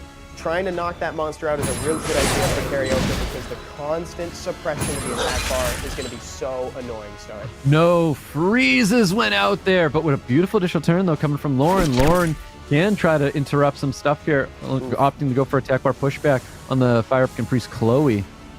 Good action, but came up empty, came up lacking on the defense break side, so that means the damage is going to be a little bit minimal. I really liked how Sean B pivoted towards the Nora in that last pick, so that way he can start punishing Karioka for hitting him. The only thing that's going to come into play here, Stoic, is when that Chloe eventually takes this turn. Nice stuns there on top of the Ethna. There's that invincibility and 3-turn immunity coming up for Daniel Karioka, which is going to be very impactful going up against what Sean has at the moment. Laura being showcased as the only stripper that Sean has. And except for this, so Nora's got that fourth skill. She's got that third skill, I should say her second and fourth, because she's got a passive. It's weird to communicate. That one can strip and provoke to prompt people to take on some builds here. Here we go. He can even hold on to that second skill. He doesn't have to heal. More damage into the Veramos. Probably that's all that necessary right now. Ethna's got skills available. This can drop the Veramos. And honestly, this might be it for Sean here. I think Daniel just brought a lot of things for Sean to have to worry about. Sean's laughing, dude. He's having fun. He knows it's a great show that he's putting on here too. Like Sean's laughing his booty off. This is great. But don't quit. Don't quit though. You know this is not the. Let's see what Nora can do. Man, Ethna's a wild pull here for Daniel Karioka, and something for people to keep in mind, what to look out for when going up against Daniel later on. I think Ethna put in some insane work for him, and a great combo with the units that he already has. See, this is the thing though. Look at this. The Nora's still here, punishing for attacking. So he's going to be taking incremental damage. That defense break is going to really hurt, though. That was truly unfortunate, that defense break. Holy heavens, Karioka with a 2-0 against Sha B. 2-0. That's our first 2-0 today as well. Huge congratulations to Daniel Karioka. He did an awesome job. Clearly, he was able to obtain some great units to put an incredible comp together as well. Nossa, ótimo, Daniel Karioka. That was crazy. Yeah, Yeet says, should have been the Etna. Honestly, dude, Sha B was between a Belinus and a hard place, dude. Like, I don't know what you want to do. We got Daniel Karioka on for an interview. What's going on, Daniel? How are you? How's it going, bro? It's going great. Parabéns on the victory, my guy. Thanks, man. I appreciate, bro. I work hard in this tournament, man. I can tell you did a lot of work. So going into this, man, what was your focus towards it? Like, what did you put most of your time into?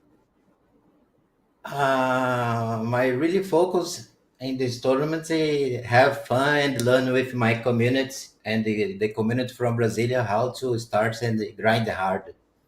I can tell you put a lot of work in, but you're also having fun with it, man. It's always fun watching you play. You mentioned that you did some strategy work with Duracel. What did you come up with that comp together? Did you practice? What did you guys do?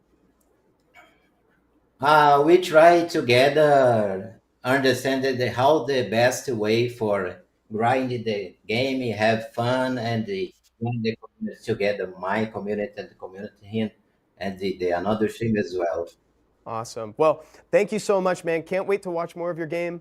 Muito obrigado. Good luck to you. Obrigado você, Eva. Thank you. See you later. Dude, he's so fun, man. I love seeing Daniel Karioka play these games is always a pleasure, Stoic.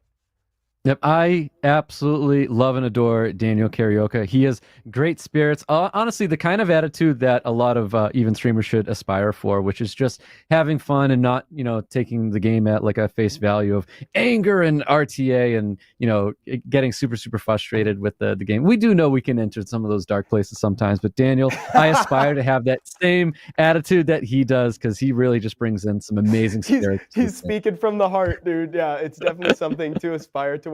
We've got our next match ready to go, guys. Let's see it. We got Topa V versus Duracel. Duracel, of course, is the player we just referenced with Daniel Karioka. They trained together. They built up strats together. Now, so Topa V, Stoic. Topa's got a very interesting end game for this account, right?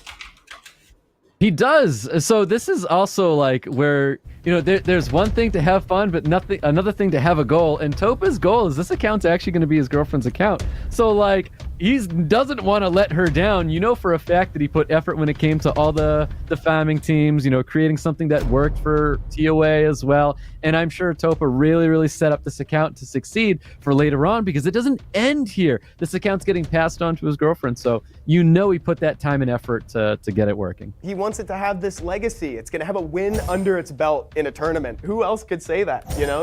It's so cute. I really love that. And Duracel shouting out that he got that Tetsuya, right? That's the name of the new collab original, and that's replacing the Fire Megumi for folks at home. So that means it's the one that's got the speed lead, and when you attack anybody other than him, it gains attack bar. That's super, super impactful for this. I love that he has that unit. The Fire Megumi is very, very good. It's not there yet when it comes to Apze, but it is a very, very impactful unit for sure. And who knows where the future holds for a unit like that. Now, I'm curious if this Ciara is a real ban. If that's a real ban, that is wild for Topa that he has that in store as well. I'm interested to see how much of this is like hedging bets versus like actual known quantities. Because, you know, Topa's been streaming some of this, right? So it is possible for some of these folks to have done their homework. Duracel showing off a lot of really cool synergy here, Stoic, because with that Seren, that 2A Dark Harpu, when she teams up, there are high value first skills here. There's a defense break and attack break from the Tetsuya. There's the potential for sleep from the Succubus. There's a heal from the Riley. This is a really cool little combo he's got. Yeah, I'm curious in the order of the attacks, because if the Succubus can land last and get a sleep, that's really nice, but it would be kind of sad to see the sleep go out but then get woken up because everybody's hitting the target at once. What the heck is... Dude, Topa's comp looks like a comp that he would normally just want to play. I know, we got Lauren coming back here. We knew about the Charlotte. The Charlotte is super, super good here for Topa's team. So obviously if there's more immunity that could pop up for Duracel, it kind of puts a damper on things.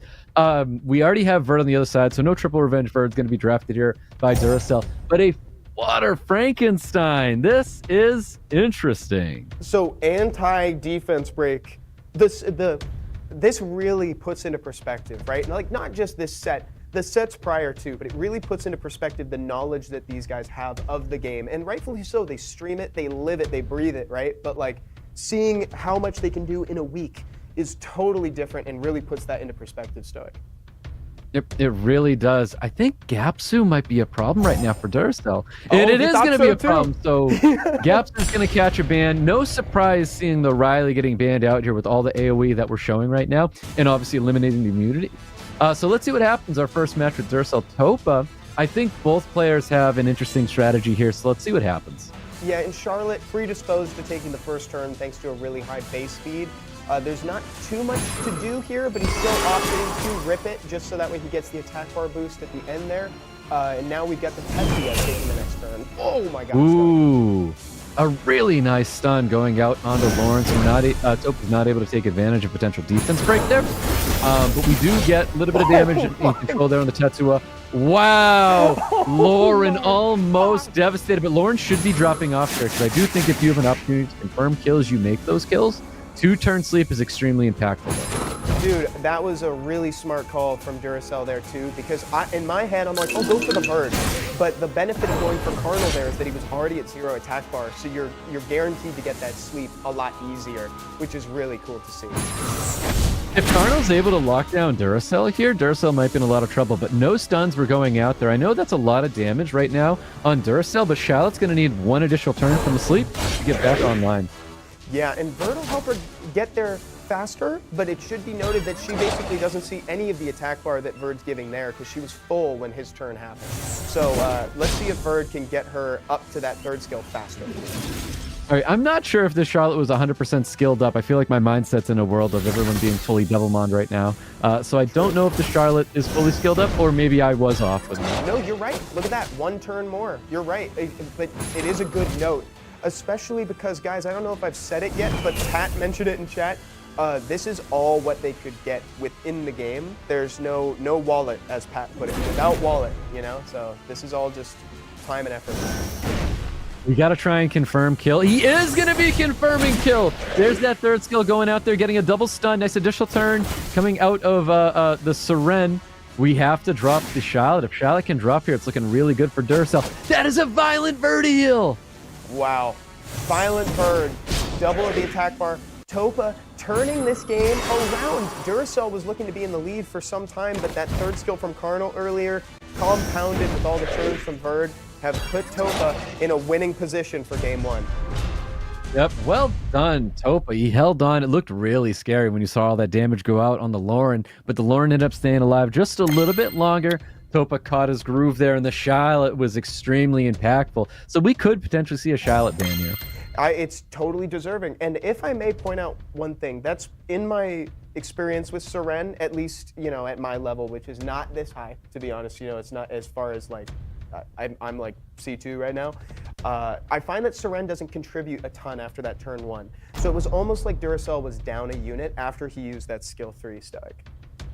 Yeah, exactly. So to no surprise, Fire Megumi, he's catching a ban here. That's a big speed lead. That's a very impactful unit. Stuns, defense breaks, doing a lot for Duracel's team. So by no surprise seeing that. And the Charlotte, of course, going to be catching a pre-ban. Verti-heal, I think, is a must throughout the rest of the matches tonight. If you can lock in a Verd or even pre-ban a Verd, I think you're making the right moves. It's MVP for sure. People in chat were saying it. No hyperbole at all. I think this is probably the most high-value unit for a new account and an RTA. I think that's the same is true in dungeons, RTA, wherever you go, Verd can be there. Yep. And I do love the take with the Gap Suit and the Connell. I think these are really great units. I think Riley is another one of those units where every player has it. Locking it in is actually a good thing. But this is really good for Gapsu. So it makes you almost not want to take that Riley, knowing the Gapsu is going to feel very, very fast out there. More than likely built on Violent as well. So he does choose to lock in the Riley. The Water Succubus is coming back here. I'm glad he you does pointed that out. have a Ciara. No way. This is insane. I can't believe that he has this. I know he has other things on top of it. That's crazy that it's Ciara, it's the Veladrul. Very good team here for Topa. And for Emma. Wow. And for Emma, to be honest. was able to obtain an Escher, light Elsharion. Not Escher. Elsharion. Jesus, Elsharion. But this is ancient coins. This is the ancient coin shop. So that's actually crazy that he was able to get enough ancient coins through the events. This is a comp, by the way, what Duracell is presenting. Oh, and the Leo. Get that. What the? Dude, Topa is geared up for this fight. I've seen this draft in SWC, Stoic. This is crazy. Yeah, I knew. So we knew he had the Leo, and the Leo is super, super impactful here.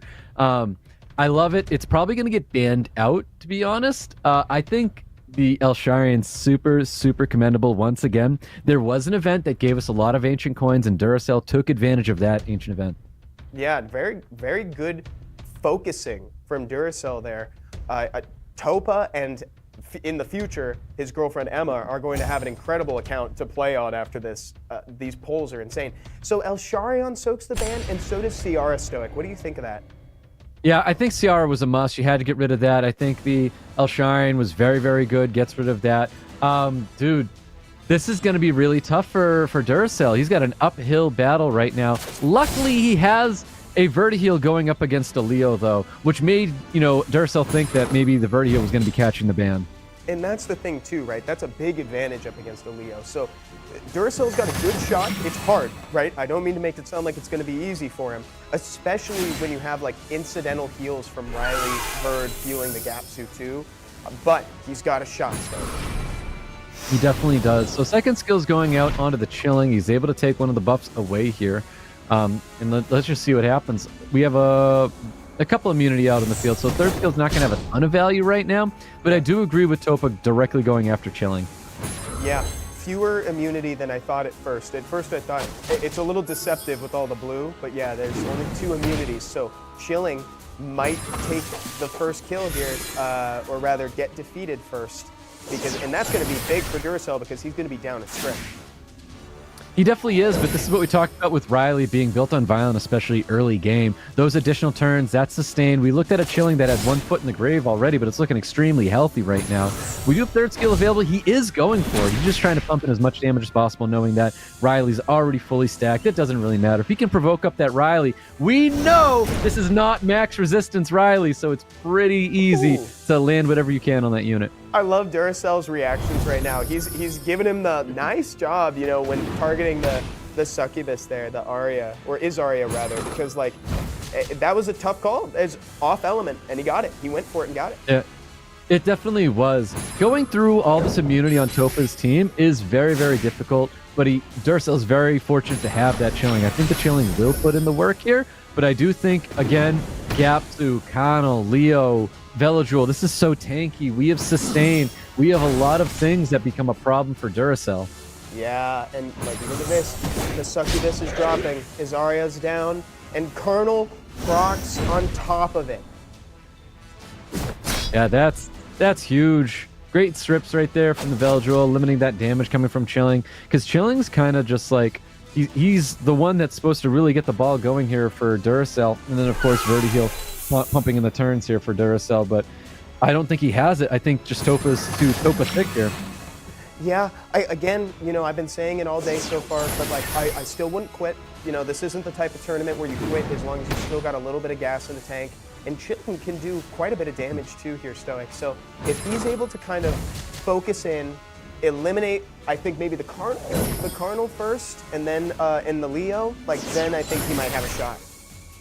I think so. I mean, again, we're looking at taking advantage of. Oh, sorry, give me a second here. About to sneeze into the microphone. All good, dude. The reason I shouted out the Cardinal first is because the Verd is getting a lot of benefit from that Leo. Correct. So having Leo vanish off the field might actually not be quite as good for Duracel as he thinks, but I understand that Leo is pumping a lot of damage too. Yeah, exactly. Defense break sitting on top of the Vertiheel. Vertiheel is definitely going to be in a little bit of trouble unless, you know, Riley's a genius and gets the defense break off. Doesn't cleanse the defense break. I think Topa goes fully into the defense break here. Oh, and he gets a clutch little counter to get him out of the defense break. That's nice to know that we have a revenge set sitting on top of the Vert. I think it was a will set on the Vertiheel as well, so it might have been like double revenge will. That's a really popular. It's a really popular build for Verd these days. I know I've got mine runed on double revenge mode as well. It's pretty cool. Oh yeah, Apze shouting out, you also get 2 Transcendence Scrolls as a new player. So yeah, it's a really good time to like start a new account or begin playing. Oh wow. That's why an amazing time. That's crazy. Oh, this could be And I believe they get a new building too. Oh, I thought he was gonna go for, I actually thought that he was gonna go for Leo there, if I'm being honest. I thought he was gonna go for the damage. I think that's a scary take though, because if he goes to Leo and doesn't get the kill, that is an instant torrent. Oh, because you know what? You're right. I forgot that Gapsu was going to heal him out of range. That was a really good call from you, Stoic. I was thinking that he was already past the torrent range, and so you just go for it. Yeah. Oh my God, look at that damage rolling in. The HP is going down. The attack power is going up. This Leo is really putting in the work now. Yeah, and something to keep in mind too, I don't think the Leo is fully skilled up, right? You know, I think Pat mentioned that folks could probably only fully skill up like two units with the amount of Devil Mons they have a chance to get, or time to get rather. So Leo is definitely missing, I think, 1 turn, because that torrent was on cooldown for 3 turns. Now it's back on though. It is. So more damage rolling into the Gapsu. Again, I think Gapsu is going to be one of those stat players that a lot of these guys have to look into. I think Gapsu is very, very problematic, very, very tanky.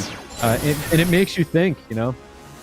I can't believe it. Like, Gapsu is such a good unit, and it's definitely, I was expecting Gapsu to be the MVP.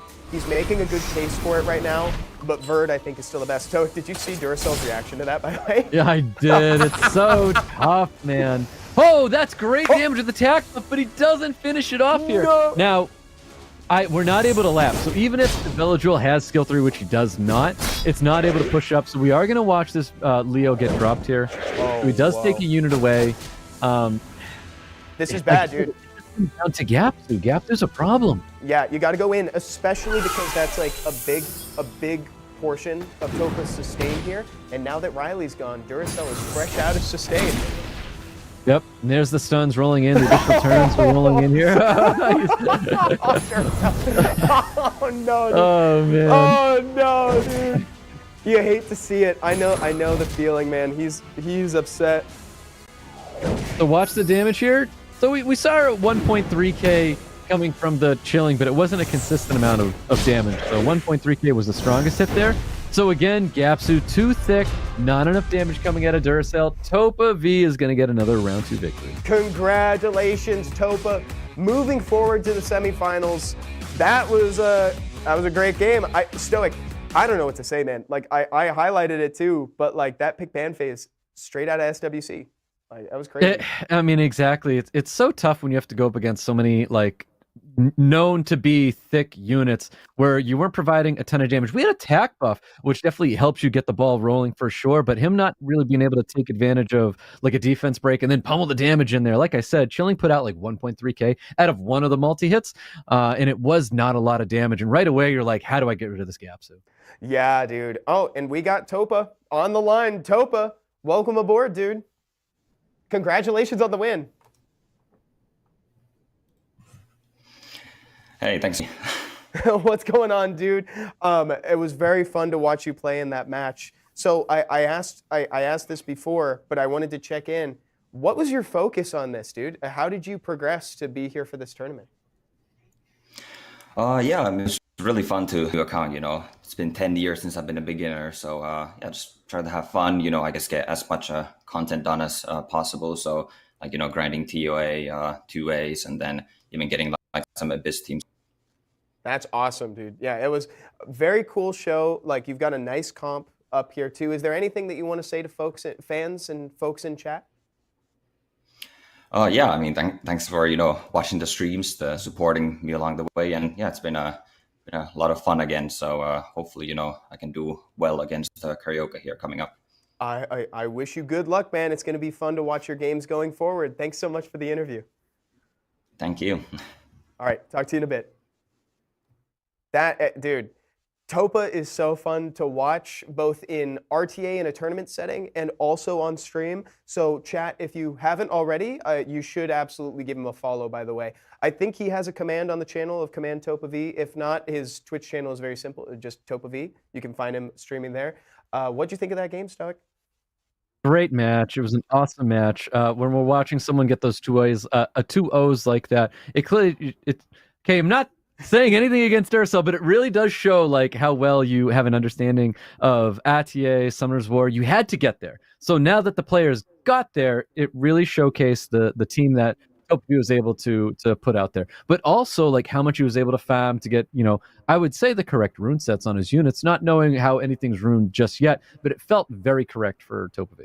It did. And it also feels very correct to give everyone in chat a coupon code. Folks, thank you for watching this tournament so far, guys. Like, this has already been so much fun. We have a code for you right here, 2 mystical scrolls and 100 energy. Like, just for hanging out, because really, like, it's cool to see these participants, like, just put their knowledge to the test, build up an account, but it's even cooler that you guys are spending your time with us today and watching. So we've got first code for you right here. If you are not on Android, if you happen to be on iOS, you can just interact with the link that our lovely mods are posting in the chat. So that is for you guys, and for us, we have a 10-minute break coming up here. So we'll see you back here shortly for the semifinals in just a minute. Stick around.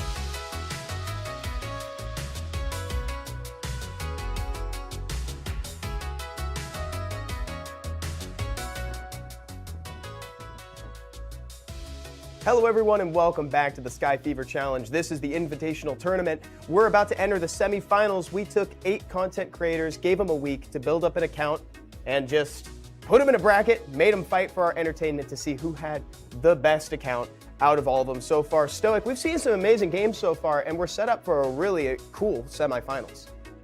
We really have some incredible matches here, and I feel like this is exactly why I opt out of this tournament, because these guys are just so far beyond me that it wouldn't even been a challenge. Like I can't even compete with these guys. Everyone has done phenomenal. The effort put forth to get is where we are right now in the semifinals is insane. So big congrats to our 4 players, even our 4 players that are not moving forward. It's been a crazy week. Where they have, pushed to insane levels of gameplay in Summoner's War. I commend every one of them that have done this. I totally agree. And like you said, a weirdly intense level of RTA being showcased here after a week. Apze versus Jenny is going to be our first semifinals game, Stoic. So Apze, he really impressed us too, both with the comp that he chose with the attack bar reduction, also showcasing an Omduat, which, like you pointed out, is not free to play for this account. Yeah, no, not free to play at all. Not that, it cost him money or anything like that, but it's the fact that it's a light, dark unit, a 4-star unit that is very fortunate to pull. Something that does not need to be built super fast and just needs to be built really tanky for it to put in the work here. So, Apze, let's see what he's got in store for us. He surprised us with one really big unit, but Jenny's showcasing to put in some great sustain and see if she can really capitalize on units like that Fire Desert Warrior. Yeah, Apze showed a good team before, but Jenny showed a really solid understanding of her comp's strengths and weaknesses, I would say. She brought a good number of supports, brought a good number of damage, really balanced comp. She's also showcasing an Oliver, which we haven't seen from anybody else so far yet, Stoic. Yep, exactly that. I'm really hoping this is a triple revenge verd for Jenny here. I think that'd be very, very impactful for her if it was triple revenge. I love that she banned out the Gapsu. I think Gapsu is one of those units that are just too thick to have to deal with. So if we do end up bringing the Desert Warrior, we don't. So we bring the Antares and we're going to bring in the Wind Twin Angels. So we're showcasing immunity, a little bit of sustain. No defense break here for Jenny. I think that might be a problem. Now, this is what I've talked about with Apze. He's thinking on another level that I can't comprehend. We're gonna see a water what is this, Irvin? No, Elvin? not Irvin. Elvin?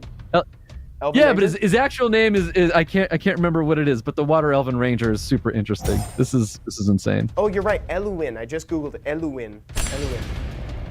Is it Elwin? Not Elwin. Irvin? I think I'm thinking of the wind version. Eluin, But yeah, that's crazy. Yeah, and it soaked up the ban too, operating on a different level for sure. Esther taking the first turn, and there's Antares with a turn 1 cut. If this is built on Despair, that's a beautiful turn 1 cut. But I don't believe it's built on Despair. She put it directly into the Fire Robo. So if that was built on Despair, I think we would have gambled for Despair stun. So the damage just went right into the Fire Robo. We get another turn. We're going to go with second skill. No Despair stuns coming out there, so we can't confirm that it's on just yet. But man, Birdie Heel's going to drop already. Wow, seeing why Miles is his favorite unit on this account right now, Miles really confirming the kill. He is probably going to be the most impactful monster on this team right now. Ooh, that was additional damage. I do believe that's some artifact quality there on top of this Ashir. I think you're right. These numbers, I want that Ashir tested. That's definitely looking like a difference for sure. Well, I also kind of want to say, I'm not going to sit here and be the quality on the artifact, but at least there was some thought process put into the artifact that I do believe we dealt some pretty good additional damage. I think any thought after a week is going to put you ahead in the competition. You know what I'm saying? Because again, these are week-old accounts, so it's kind of crazy. And we are going comparably towards similarly leveled accounts for sure. So right now, Jenny is just kind of thinking about, what do I want to pre-ban next game? Could be Miles, maybe? What do you think, Stoic? I think the Miles 100% going to be in the pre-ban here. We have too many fire units that Jenny likes to take, and it's showcased in her matchup against Whycuzimag. There's a lot of really great fire units that we had. So Miles, his head's on a chopping block right now when it comes to a ban phase. I'm really curious about Apze's ruined monster box here.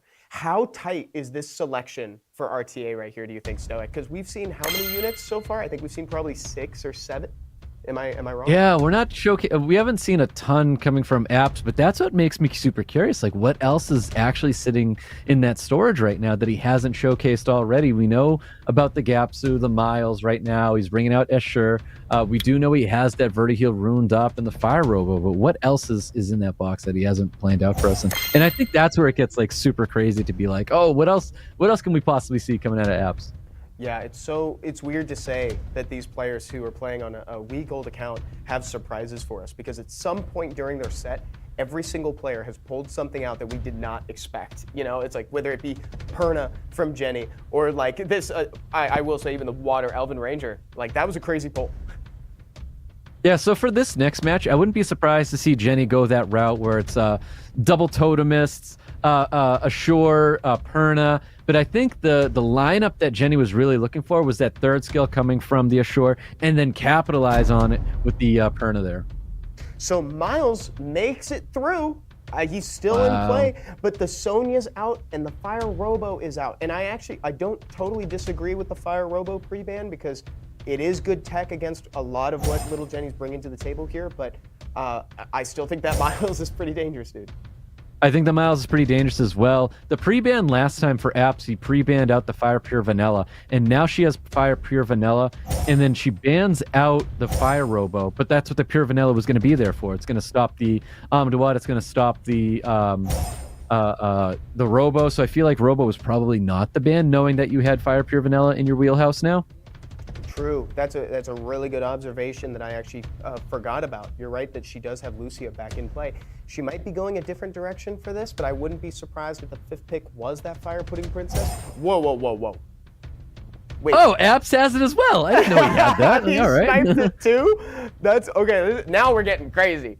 Now we're sniping super niche units that just happen to overlap in the first week. Crazy stuff here.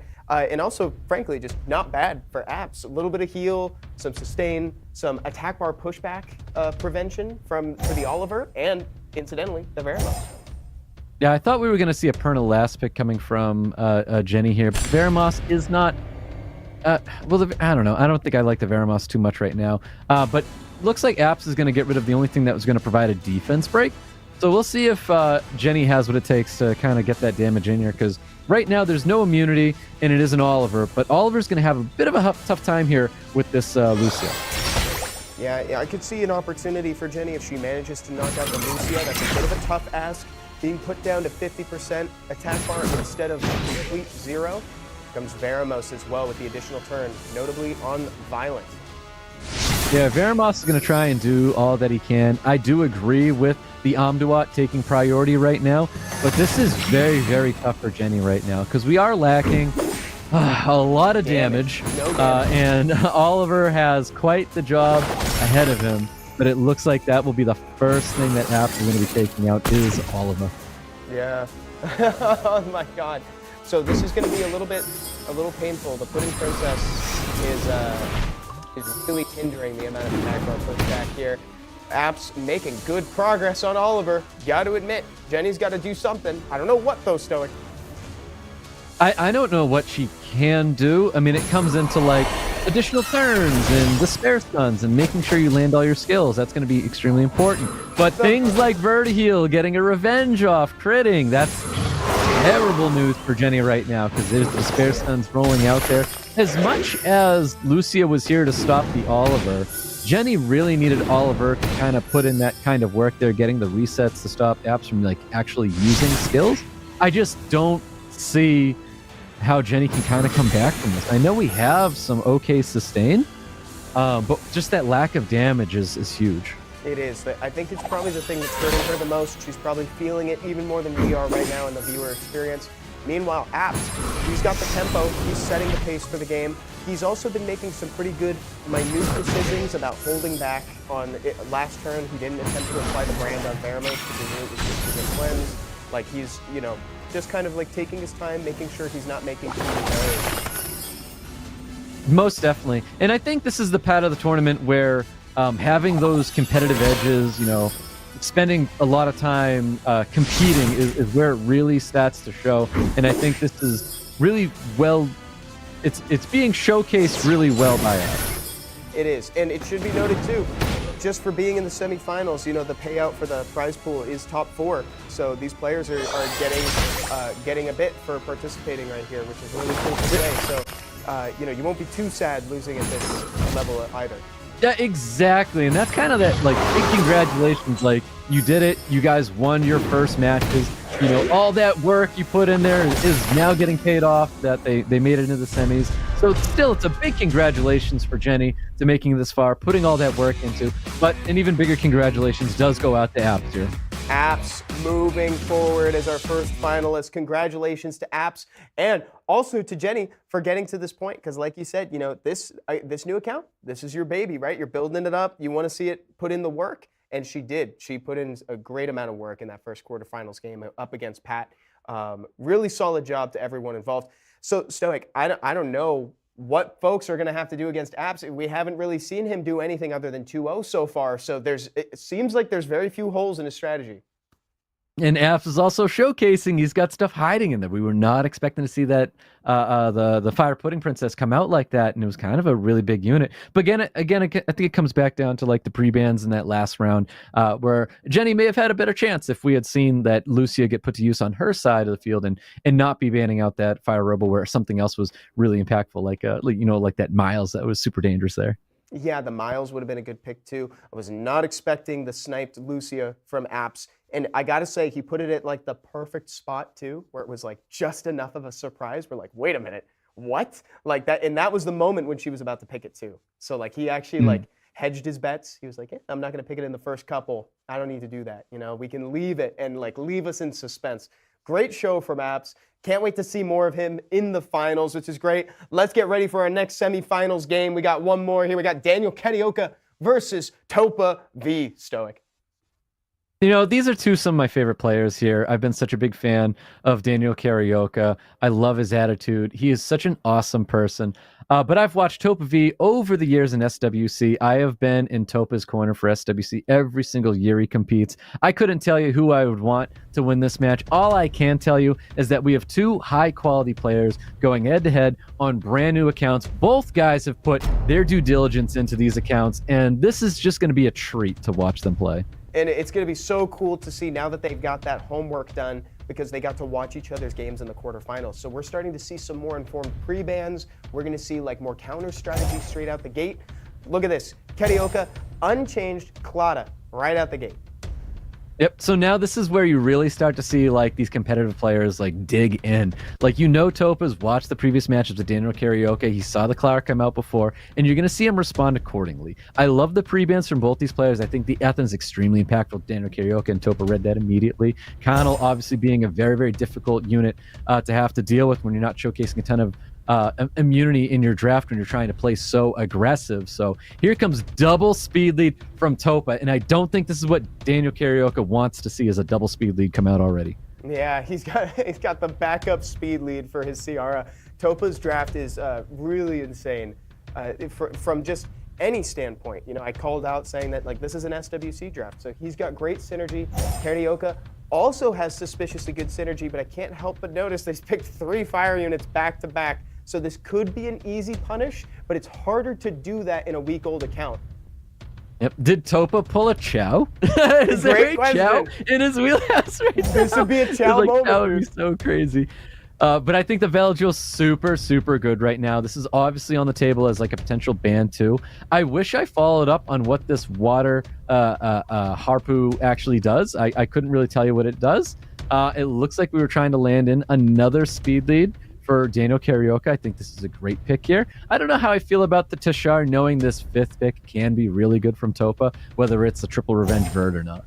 Yeah, it would have to bank on the fact that everything outside of the Veligil is kind of low HP in order to have an impact on the game. But with that in mind though, Karioka is presenting Strip, big damage from the Shimite, the Belinus for the setup on the defense break, and Teshar to close it out. I don't think that it's going to be that clean. Like, it's great in the pick ban phase, but we'll have to see how it actually is once we get into it. And Leo rounds out Topa's draft there. Yeah, I think Leo's totally fine here. No problems with that, but we have a very, very Oh, excuse me. An interesting draft here coming out of Daniel Karioka and Topa V. So obviously, is the Chloe in ban territory? I think it is. We were lacking like some super consistent strip here. So I think this Chloe might be catching the ban to make sure that we can still capitalize on things. But it looks like Tashar is going to get banned out. The water Tue Harpu is going to be getting banned out. We got an answer in the chat, by the way. Someone in chat said that it's a full strip on skill 3 from the Water Harpu Second Awaken. Could be pretty disruptive for not only turn 1, but also for Chloe's third skill. So probably a decent ban. Definitely a decent ban then. So well done by Daniel Karioka, because I agree with that 100% now hearing what it does here. But of course, turn 1 is going to Leo. We got shield runes going to be helping Topa's team here take this initial hits coming from Karioka. Whoa, now all of a sudden with the immunity in play, seeing that Topa doesn't have any strips outside of the skill 1 from Velijul, that means that Karioka's strat could potentially go off. He's saving the strip for when Vela uses skill 3 though. Yep, so here goes the skill 3. We evolved that immunity coming up here. I know Topa wants to do something about this Clada, but there's nothing that Daniel can do about it at all right now. Right, so we are going to see the Velijul take a turn though. Exactly. So we're going to see it. Now this is kind of a minute decision from Karioka, right? We all know that the Purettes get a benefit if they're at full health when they use skill 3. So making that call to hold it means that he doesn't get the extra benefit of that skill when it comes back to Clara's turn. Yeah, I think this poke damage just goes towards the Shimate to make sure that the bomb, that the dot does kill. We could just be finishing off. He is going to finish it off. Here comes that skill 1. He could opt to heal his team, which isn't a terrible decision, but it is 3 fire units on the other side of the field, so they are glancing hits. And so now best of both worlds. And what Topa's doing, best of both worlds, and he's also putting hopefully enough damage in so that Clara doesn't get healed all the way to full from Chloe's skill 2. Well, he's going to go with the nice little skill 1 there. Here comes the damage. Here comes the strip. Oh, I'm sorry, no strip. Yeah, oh man, I think maybe Karioka should have just gone super greedy with it, done skill 3, and hoped to stun the Velijul. It's asking for a lot, but now we don't have the opportunity to do it at all. Man, that Vela proc was actually insane before. I forgot. This is a fully skilled up Velijul, which is the right decision for Topa V. If you had Devilmons, that's where they go, into your Velijul. There's the strip, opens it up for the Belinus, big damage, gives him the rah-rah. Yep, no additional turns going to be rolling out there. Bomb has to get placed on this Belinus. The big third skill could eliminate the Belinus from this field here. Let's see what the bomb damage even looks like. It's a lot of damage, but the additional turn is rolling out there. Belinus with the provoke on that Velijul, almost losing a unit. This little skill 1 might be enough to finish off the Velijul. Oh no! Oh, he procs into the dot damage. No way. Oh, I felt that in my soul, Stoic. So this is not looking good. In fact, I would say, so Topa has won this game. What Karioka needs to do the most here is not falter to that psychological damage of losing the first game. Because I really think that it might have just been that one call. It's like you gotta go for that skill 3 when you got it. You don't wanna lose the momentum. So I think if he can just maintain his composure in this one, he might be able to try that strat again. It could just be harder because Topa's seen it. I don't know, what do you think, Stoic? I don't think Daniel Karioka falters to the losses here. Daniel Karioka is just way too chill for it to really even matter here. So I know he just goes into the next match just wondering, like, how can he stop Topa, the things that he does have to worry about. And we're talking about the more than likely the Velijul and Ciara, how to address them. And then, of course, Connell, because Connell's going to be available as we get into this. Yeah, let's see. Okay, so these are the big units. Teshar getting the ban. I'm not sure what Topa's. It could be fear, could be giving him full access to like most of the rest of the comp. I'm not sure what's there, but the Belinus pre-ban too. Interesting. Yeah, Daniel Karioka pre-banned a Belinus. Yeah, that's what's weird. really got me. Like, I don't remember if Topa has a Belinus or not. Maybe he does have a Belinus, and I'm missing that. Because we haven't seen that before, and I didn't know if he had that unit as well. But if Topa does have the Belinus, I think that's a great pre-ban, so stopping him from having that unit. But I also didn't expect the Teshar to be the unit for Topa to ban out here. So interesting decisions here. Yeah, we'll have to see what these folks have in mind as we progress through it. Now, Topa's starting to kind of drift towards more of what he displayed last time in his earlier match of the day. featuring the Cardinal. So a little bit heavier on the crowd control, stealing the Clara from Daniel Karioka, forcing him to dig a bit deeper into the box, and he pulls out the Solvark and a Juno. There's a Juno! I can't believe he has that. I can't believe I it. love that, dude. That's awesome. Such a great pick for these. Truly an amazing pick for this sort of tournament too. Like great at any level of RTA, one of the best counter picks in the game. Had no clue he had it, Stoic. Yeah, I had no clue.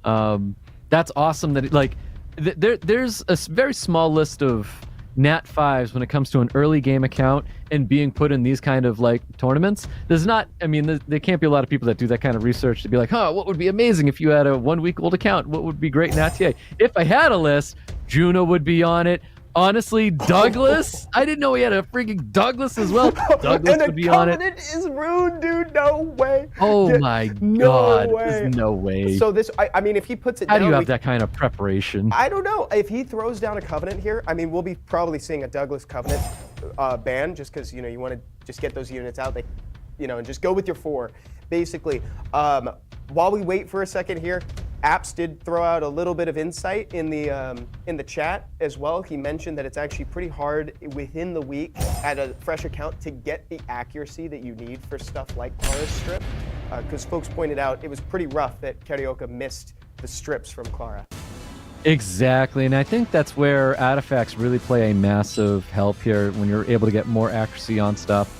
That's probably like the best artifact that you can, potentially pull, because getting additional damage on artifacts isn't super impactful if you already don't have the stats to take advantage of those additional damage in the first place. Positively gigantic start from Topa with the Clara outspeeding even the Etna at the beginning of the game, setting the pace, stunning Etna to deny that turn 1, and now Tyron is the first in the grave.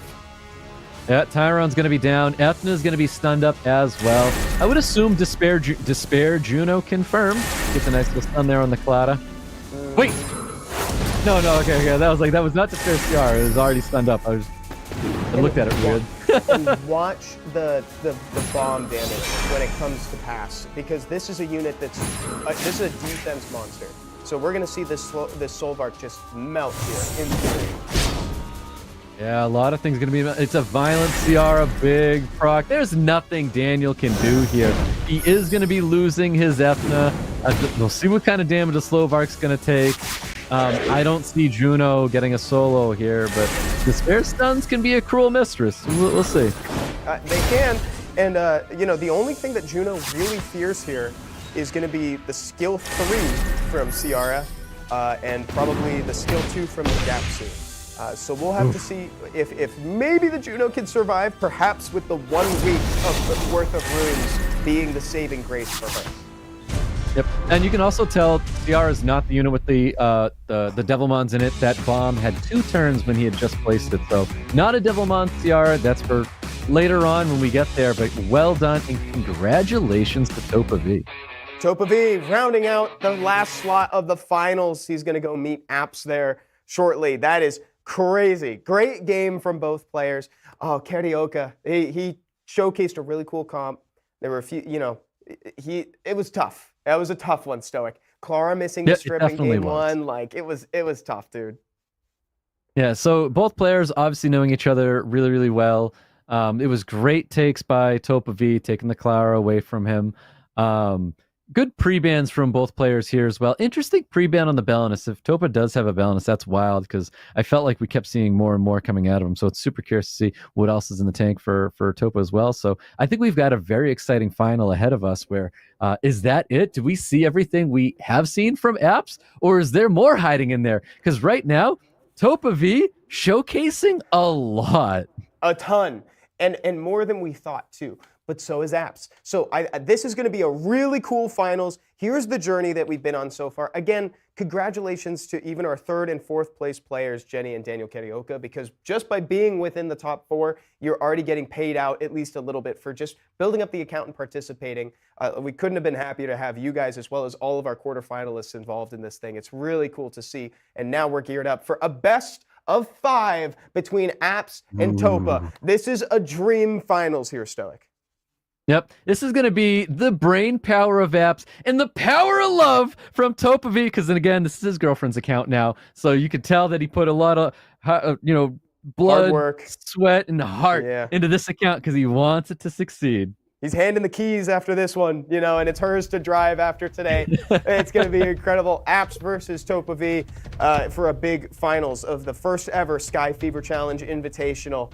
This is so cool. These players, Stoic, they're putting all their hard work to show right here. 1 week of determination, content, and like you said, blood, sweat, and tears, man. Yep, that's right. And a lot of these guys, I bet they're feeling a little tired. This grind has been endless for all the players today. So I'm sure a lot of them are happy that it's over. They get to finally rest, but it's not over for Apps and Topa. I love these pre-bans. This is exactly kind of what we've been calling out for. Miles catching a pre-ban by Topa. And no surprise seeing a Douglas in pre-ban, knowing the teams that Apps has been bringing to the table. Yeah, Apps is showcasing a lot of control, pseudo-low damage, AoE skills, and that's exactly where Douglas likes to feed. That is like what he wants to eat for lunch, dude. So now, look at this. It's showing exactly why you pre-banned the Douglas, baby. Yep, exactly. I already feel like Vertiheel's catching the ban, and we've just started this. We do have strip options right now. We have three strip options for Apps. So interesting that we're going to be hovering over a Velodro. I feel like that Velodro might be a second thought, knowing there's going to be so many strip options coming out of Apps, but it's 4 fire units here for Topa. Elwyn's going to be coming back here for Apps in that wind unit that nobody's using. Yeah, the wind Sapsari and Dokebi Princess. I forget the name of this one, or rather I've never learned it actually. So this is going to be an interesting showcase perhaps, because I think she's going to be making it in the game. Perhaps Evan, we've never had to learn it. No, exactly, dude. It's not that I forgot, it's that I never knew it to begin with. Well, Apps is showing us something new here. I think a couple of these units got my attention, not the wind one per se. Turns out it's got a backup speed lead. It does. I think that's might be why it's drafted right now, is I think Apps was looking at his speed lead options that people couldn't take or wouldn't take. So that might be why it's here. I would love to be surprised and showcase why, hey, people should be using this unit because it's so XYZ. We'll see later on. And we get the full decrease, but no revenge counter from Verd. Stun on the Velojewel. Things are looking pretty good for Apps, considering he just took a bomb to the Omduat. Dude, that dog just backed. That was adorable. Dude, this is the first time in a long time that I've heard the game with sound. So I'm learning a lot today about the sound effects of this game.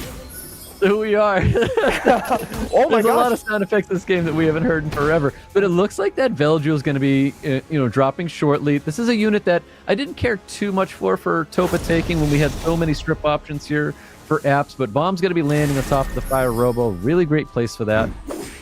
Yeah, and the cleanse from Gapsu and the 1 turn of immunity from the Doggo. This is proving to be a pretty good counter to what Topa V is trying to bring. The dogs just did a skill. It ran around, it jumped, it backed, and I'm not even 100% sure what it just did. I don't know, but it was cute, and it resulted in a turn of immunity. So I know that Apps is enjoying this. He definitely is. Let's see if he can get a nice little stun here, maybe slowing down the Verd. Does get that. Any despair stuns are welcome. Beautiful slows are being dropped onto this field right now. Dude, this dog's going out there, and I feel like it's doing absolutely nothing but offering a speed lead for Apps' team. But this Fire Robo and Omduat are putting in so much work. I'm loving the inclusion, man. Look at this. Big attack bar reductions from the Fire Robo, leading into a kill confirm on Ciara. Apps looking like the game just started with the amount of HP he's got. I'm gonna say Yuna is why Apps won this now, because I am captivated by how adorable the dog is. Yeah, 100%. This is look at this. This is looking pretty good for Apps. I mean, what can you do against Yuna? She's unbeatable, dude. Sepsari? With this win, Stoic, she has now a 100% win rate in RTA across the board in all of Summoner's War. I've never seen this unit deployed. It's so cool. It's awesome. Yeah, this is sick. you know, we're seeing some interesting things being showcased, and we love to see it. I think it deserves a pre-ban at this point. The creativity is off the charts, and I feel like with that in mind, I would love to tell everyone to make sure that you're following not just apps, not just Topa, everyone involved in this tournament. They're all great content creators. If you're liking this sort of creativity, this drive for the game, the fun RTA, you should make sure that you're following all of them. Wow, so Veljo's going to catch a pre-ban here. To no surprise, going to see the Fire Robo being pre-banned as well. Yeah, that's pretty awesome, First dude. pick, Yuna. Here we go. That is dope, dude.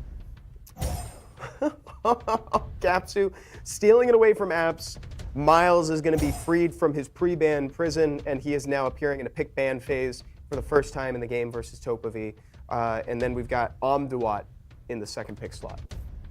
Yeah, if Topa had a Josephine, that would go hard here. So I don't know if he's got one in store for us, but Josephine would be insane. Yeah, Josie would actually go pretty hard into this. Verd, again, probably one of the contenders for MVP of the day, being a free-to-play unit that gets you 40% attack bar so long as your runes are right. Yep, very, very good unit. I think that there's going to be a lot of back and forth when it comes to that Verdi heal for sure. See what Topa's going to wrap up his draft here with. Oh, he's picking the Leo with the Verd. So surely you can't let both through. I think the Verd is probably going to be the one taking the ban, even though the Leo really hinders the Miles. Well, I feel like this last pick for Apps, I believe he had the Sonya, and Sonya was probably going to be on the table as a unit here to potentially snipe out Ciara, not knowing that we didn't have any immunity. But now I feel like Ciara might be catching the ban, and I don't know if this Elwyn's going to catch that ban once again. Topa has not let, no one's let that unit through, actually. Oh, wow. Finally. Look at that. People, Yuna is getting fans in the chat. Oh, and the ban on the Amduat start. Yep, Amduat fine. Yeah, I think that was really, really impactful. It's been working very well for Apps, so no surprise. Amduat finally catches a ban, but I do think Sonya Escher was almost going to be a possibility in this match, but we opt to go for the L1 instead. Yeah, and it should be noted too for everyone in chat who maybe didn't hear it before, this is best of 5, our first one of the night, so this is not game point for Apps. Topa still has a little bit more time to adjust his draft in case something happens here. Big proc from Miles, getting huge damage in on the Cardinal. Yeah, massive damage combo around that 50% range right now. Bombs landing on top of Elwyn. Elwyn, these are Nat 3s, not known to have a lot of stats on them, so the bomb damage is going to be huge whether he likes it or not. Nat Dot should kill, but keep in mind, Escher would have been there to save it. Yeah, I'm glad you pointed that out there, Stoic, too. It's like the base stats start to become an issue after a certain point, too. He's focusing the Verd, great idea, but doing it with the multi-hits is a lot of opportunities for a counterattack. It is. That bomb's going out onto the Miles. Miles already been procking, so I think he wants to stop that from taking turns. He's going to hold bomb instead. Yeah, just because of the risk of Pharaoh cleansing, I think he's going to hold until he's got skill 3 up as well. But once he's got it, you're 100% right. The Miles is like the biggest obstacle for Topa here. No stun's going to be happening. We're holding on. Oh, we are going to spend that bomb. He needs to get that third skill up as quick as possible. Ooh, and that additional turn's going to help because that's bomb and detonation, I believe, on next turn. Yeah, next turn it is. Also, we're getting confirmation in the chat that it's Vio Revenge Verd, so it's only 1 stack of Revenge, right? This is the one that we saw earlier when it procced. Oh! Ooh, no. He's counting on bomb damage being enough on the Miles. That was a bit of a greed. I think I would have pushed to make sure that drops the Miles, but Gapsu should provide enough damage with second skill to drop the Miles here. Oh, I heard the down. I heard it go down for the first time. I've heard the sound effects with it. There we go, and just like that, Vero and Escher against the world. Yeah, that's going to be very tough for these guys to turn this one around here. I think just using bombs and then pushing to get that third skill out there is just, there's so much to gain for that. But that's going to be it. We've got a little bit of sustain here for Apps, but I don't see how you come back from this one. Vertiheal's got way too much attack bar to be gained, and Ciara Carnal providing just way too much there for Apps to bounce back with. This is pretty awesome, man. I love that we're seeing a trade here. We're going to 1-1, one step closer to a 5-round best of 5 finals. You know, these guys are such talented players, right? Even given a week, you can see how strong they are, and they are pushing each other pretty hard. Yep. Exactly. I think Topa's finally put it on auto. Apps going to concede there, and we've got a 1-1 matchup right now with Apps and TopaV. Oh, things are getting good, chat. They are fighting for that first place, that $750, the biggest slice of the $1,750 prize pool. Like this has got a lot riding on it, and also, frankly, the legacy stoic, because TopaV is passing this on to his girlfriend, and you want to be able to say it's already got a tournament win under its belt. Imagine that. That makes this that was a $750 account, right? Is that that's the first victory? That's girl math. That's my girl math, dude. That's what I do. It's like that means, it's like one is each. All right, folks. So we got so real quick, guys, we're gonna change up the room real quick. So just for clarity, I think it was still operating on the best of 3, but this is a best of 5 game. So they're just gonna change it up so that way, put it to a best of 3 now, because now basically we're at 1-1. The math works out like that. So stand by for a second. We'll get them back in the game. Just wanted to keep you guys posted. So Stoic, I mean, we've seen a lot from these guys so far. We've seen some adjustments. We've seen pre-bans. What are you expecting going into this next game?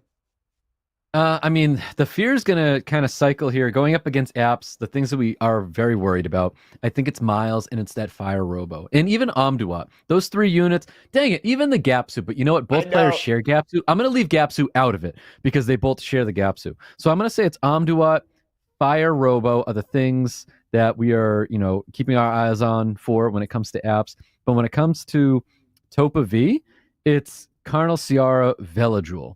Right. Those are the Leo. big 3. Leo. Those are the big 4. Shoot, dude. All of these units are kind of high value. So, something. Maybe Apps is actually in chat too. I'd love to hear like how he came to the Eluin and what he wanted to do, because we haven't really seen much of Eluin in the game. He kind of got focused first, but it's soaked a lot of attention in the pick ban phase. So it's clearly been effective, and it matches his strategy well because it also has some crowd control elements. So I'd love to hear what guided him there, or it's like maybe he was like, okay, if I don't get one of these lists of monsters, one of these monsters from a list, I'm gonna go for the Water Elven Ranger. I think what it was just having a good water response that covered the ground he was missing. So like he had Miles, but if Miles is in the ban, what's his other water response? And maybe it is just the Elwyn. It could be it. I don't know if we've seen too much else. We'll have to see what it is later on. So again, guys, here we go. Going to a best of 5 this time. We're at 1-1, Apps versus TopaV. And the pre-bans are back to Douglas, and where it was Miles before, it's now Amduat that has been pre-banned. Yeah, so Amduat, I think that's a great pre-ban from Topa. Seeing the Douglas in the pre-ban right now just basically says, hey, Fire Robo's coming once again.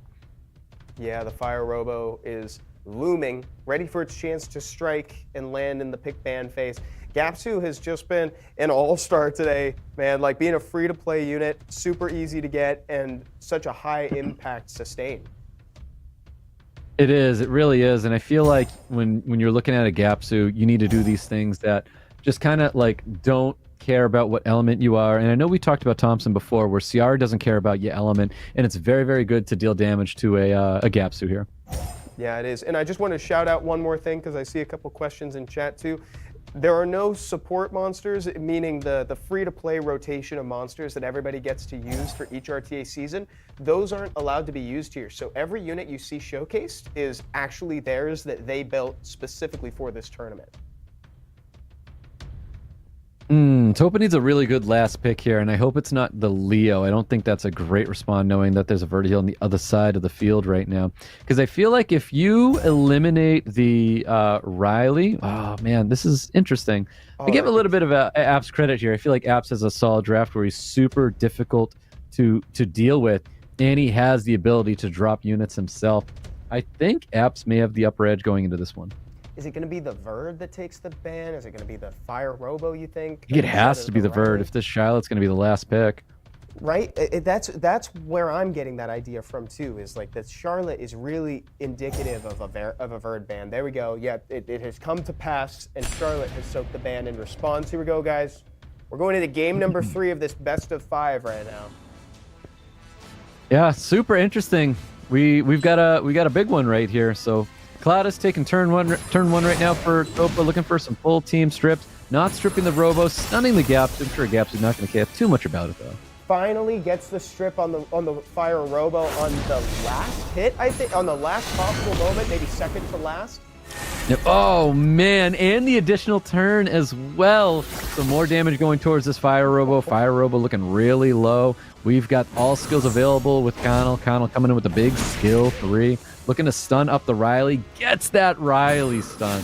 Dude, this is going to be hard for Apze. This is everything that Veramos hates, by the way, because Veramos really falters to hard crowd control because he only gets the attack bar if he attacks. That's the prerequisite for getting the extra attack bar. Yeah, look at the damage roll in. The additional turn from Riley. Not what Apze wanted to see. Connell's going to be dropping and getting the additional turn here. Big provoke does hit. It's just more damage, though, coming towards the Veramos. Veramos only getting 2 stuns. Another additional turn coming from Ciara. Ciara's going to have bomb up next turn, but no detonation.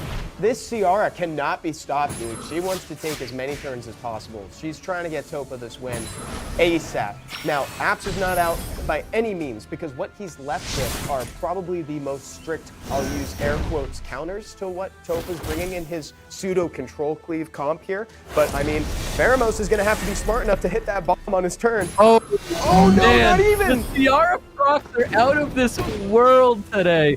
And it's super imperative that Apze can deal with this Ciara. I think Ciara's just earning her spot in the pre-ban in next match. I think that was the first turn that it hasn't procced, by the way. That turn when it woke up and was done right there, it's like, calm down, Ciara. Chill for a second. Crazy. So beautiful immunities coming up here. That's exactly what Apze really needs to see. But ultimately what he needs to see is this Ciara go. He needs to keep this unit back here. Nice little stun to slow him down. Would be insane. Second skill. It is a great proc. Finally doing some justice to this Ciara. The tables turned there. You know, we'd seen the bio proc rate should be shifting in the background there, right? And Apze got a proc on a really solid unit. Managed to secure the kill on Ciara. Yet showing that neither of these players are truly out yet. I think Vero and Gapsu could pull ahead here in the long run too, Stoic. It could, but I think it comes down to Clara and the defense break with Connell taking advantage of it. If that can happen, I think Topa still has an avenue of victory right now. But and the also, sustain coming from Gapsu, Riley, Veramos definitely puts a damper on things for Topa. And Gapsu needs to move soon after this, and luckily he is next because that was a pretty unfortunate miss on the heal block from the Riley cleanse, because that means Vero is way lower than he potentially could have been. Yes, yeah, more damage coming towards us. Another additional turn coming from Connell here. We do have all skills available, going with the big skill 3. Nice slows being applied to the Gapsu and this Veramos, so no defense break's going to be landing there from Clara. If that was second skill or not, I don't know. I think it was skill 1. He's working, but she's going to be coming soon with the skill 2. Like, that is, this Vero is still, oh, look at him. He's suddenly at full health thanks to some clutch revenge procs from Riley. Yep, it really is. I don't think I'd go for skill 2 just yet. I don't know if he can take advantage of the defense break. He already burned the second skill of the Connell. I feel like I'd be trying to line those up. Yeah, I think you're right. I think now's at the point where you kind of got to make sure that the attack bars line up properly so that way you can really capitalize on the defense break. But he finds himself with a defense break in Yeah, place. but that's a lot of damage coming from the water Hapu. So maybe it was right going with the defense break from Clara because he got some big numbers going into that Veramos with the water Hapu. Chat, I want to hear who you think has this game from this point, man. I can't decide. Folks are already pointing out this is really back and forth. This looks like it's going to clutch up the Veramos, but at this point, frankly, he was a little bit optional, to be honest. I think Gapsu and Riley are really all that Apze needs to stay in this game. I agree. I think that's all he needs to stay in this game as well. Gapsu provides lots of damage here, but we do have a form of control coming from Topa. Yeah, this somebody just put it very well in chat. Yeah. Said this is going to be weird. Oh my God, the damage. Good for him there. He needs a proc here with Riley. Riley gets no proc. Defense breaks it on Gapsu.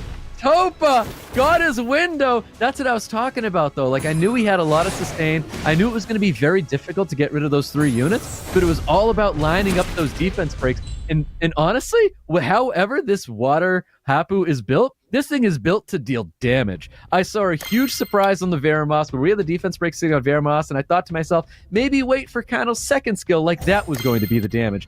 That water Hapu provided so much damage on the defense break that it totally changed my mind. And control on the Veramos. and now it's getting put Yep. in pre-ban prison. Like that's and rightfully so. You know, I thought Ciara earned that spot, and then just nope, Water Hapu gone. I am so blown away by this final so far, Stoic. And so now Topa finds himself at a 2-1 lead. So this is game point for Topa V. So Apze has really got to lock in here. Yep, he does. That's a great take for the Gapsu for Topa. It's a very smart pick there. To no surprise, seeing Ciara and Connell being taken by Topa. I think the Miles comes back from Apze. I think this is a really good Sonya here, because we did talk about this before. If we saw the Escher Sonya, it's a great combination coming from Apze. Yeah, and so like now you find yourself in this position where you're like, so I brought the Sonya for the Ciara. Like I really hope it doesn't get banned, because like I would want to ban the Ciara. You know what I'm saying? Because that this thing is procs interesting so though. much. So I do think the Sonya's here to snipe the Ciara to stop all the bomb and the potential of violent procs and additional turns coming from Ciara. But now we have Ciara being let through is Clara the ban. Because right now, there's a world that Topa outspeeds Clara, stuns up Sonya. It might be a Ciara Sonya ban because it could be purely because you don't want the Ciara in the game, whether you kill it with Sonya or whatever. But like you're right. Miles Clara. So you called it. He has to ban out the turn 1 unit Clara. The 24 speed leads goes through. Sonya should be sniping out the Ciara here. Okay, here we go. Let's see it. Everything on the line here. Topa V at game point. I mean, bomb comes out. You want to limit the Amduad. You want to slow that unit down here because it's not about anything else. You want to stun that up. I was there's the low-key stun. anticipating an attack buff, blocking the attack buff from the Riley. Does he think he can kill it? No way! He's right there. He needs to stun up the Sonya. Gets the stun of Sonya. God. Additional turn comes through. He drops Sonya. Sonya was going to be there to snipe Ciara.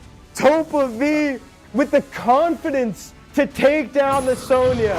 That's what we call the post-ban, Stoic. Yeah, he was able to do it.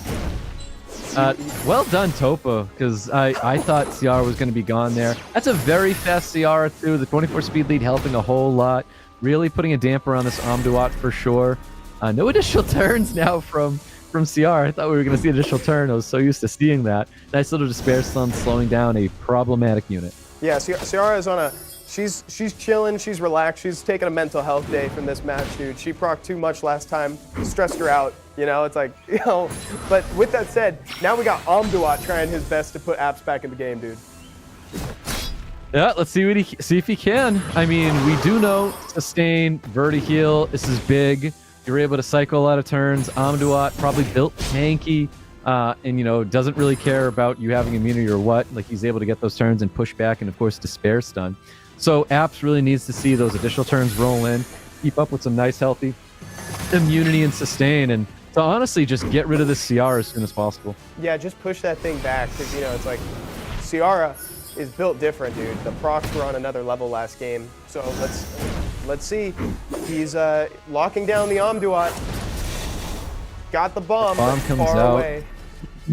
Oh man, the additional turns are still rolling out. Amduat's going to be dropping here. Topa in full control in this match. He breathed a sigh of relief as he takes it 3-1. Topa V is the winner of the Sky Fever Season Invitational Tournament. Congratulations to Topa and as well to Topa's girlfriend, who's getting an account that already has a win under its belt. That was insane. Oh man, Stoic. The power of love, dude. The power of love. What a great finals. Oh my god. Oh man. That was awesome. Okay, Topa's on the line right now, our champion. He's ready to talk with us. Let's hear from him. Topa, what's going on? Hey, congratulations, man. Thank you. I mean, RNG was definitely on point there, so. Dude, but you honestly, your whole play style was really cool to watch. You made great decisions and everything, and also I love the confidence to just take down the Sonya in that last game. Like that was really cool, man. Yeah, it was interesting to see. I think Apze was actually trying to bait out the Leo pick there. He knows I obviously have the Leo. He built a super slow Sonya there, and I guess Apze was able to get the strip there and then get the kill. Yeah, and I wanted to ask you too, now in retrospect, after you've won the tournament, you've played all the way through, you streamed the build up, how was it preparing the account for this whole tournament, man? I mean, like I said, yeah, it was really, really fun, playing a new account, just a fresh take of the game. And I mean, I did get really lucky with the monsters that I got. I got a lot of RTA relevant units. And then the Douglas also, that I guess I did showcase against Daniel Karioka when he got banned. That I did get off stream and I was hiding that unit as well. So. Oh, nice call. Very nice call. And it worked out for you too. So one last time, do you want to say anything to chat, your fans and new fans that you might have gotten from the stream too? Absolutely, yeah. I got very lucky. Huge shout out to all the other competitors. Very, very formidable opponents. And yeah, again, thank you, the guys, for watching the streams when we build up this account. And yeah, hope you enjoyed the future streams coming here too. Thank you so much, man. We will, and congratulations again. Thank you.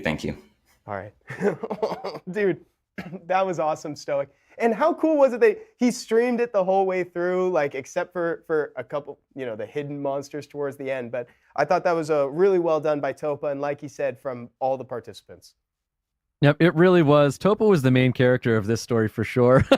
He did phenomenal. I love that you got like, this is what I'm talking about, that competitive aspect though. Like, he pulled the Douglas off stream and knew, like, I have to hide this. Like, that's just, he knows what he's doing. This is someone who's been around the block. He's been competing in SWC. Those are the players that you really got to be careful with. Like, I understand a lot of these guys, like, creating lots of content when it comes to creating new accounts, how to progress.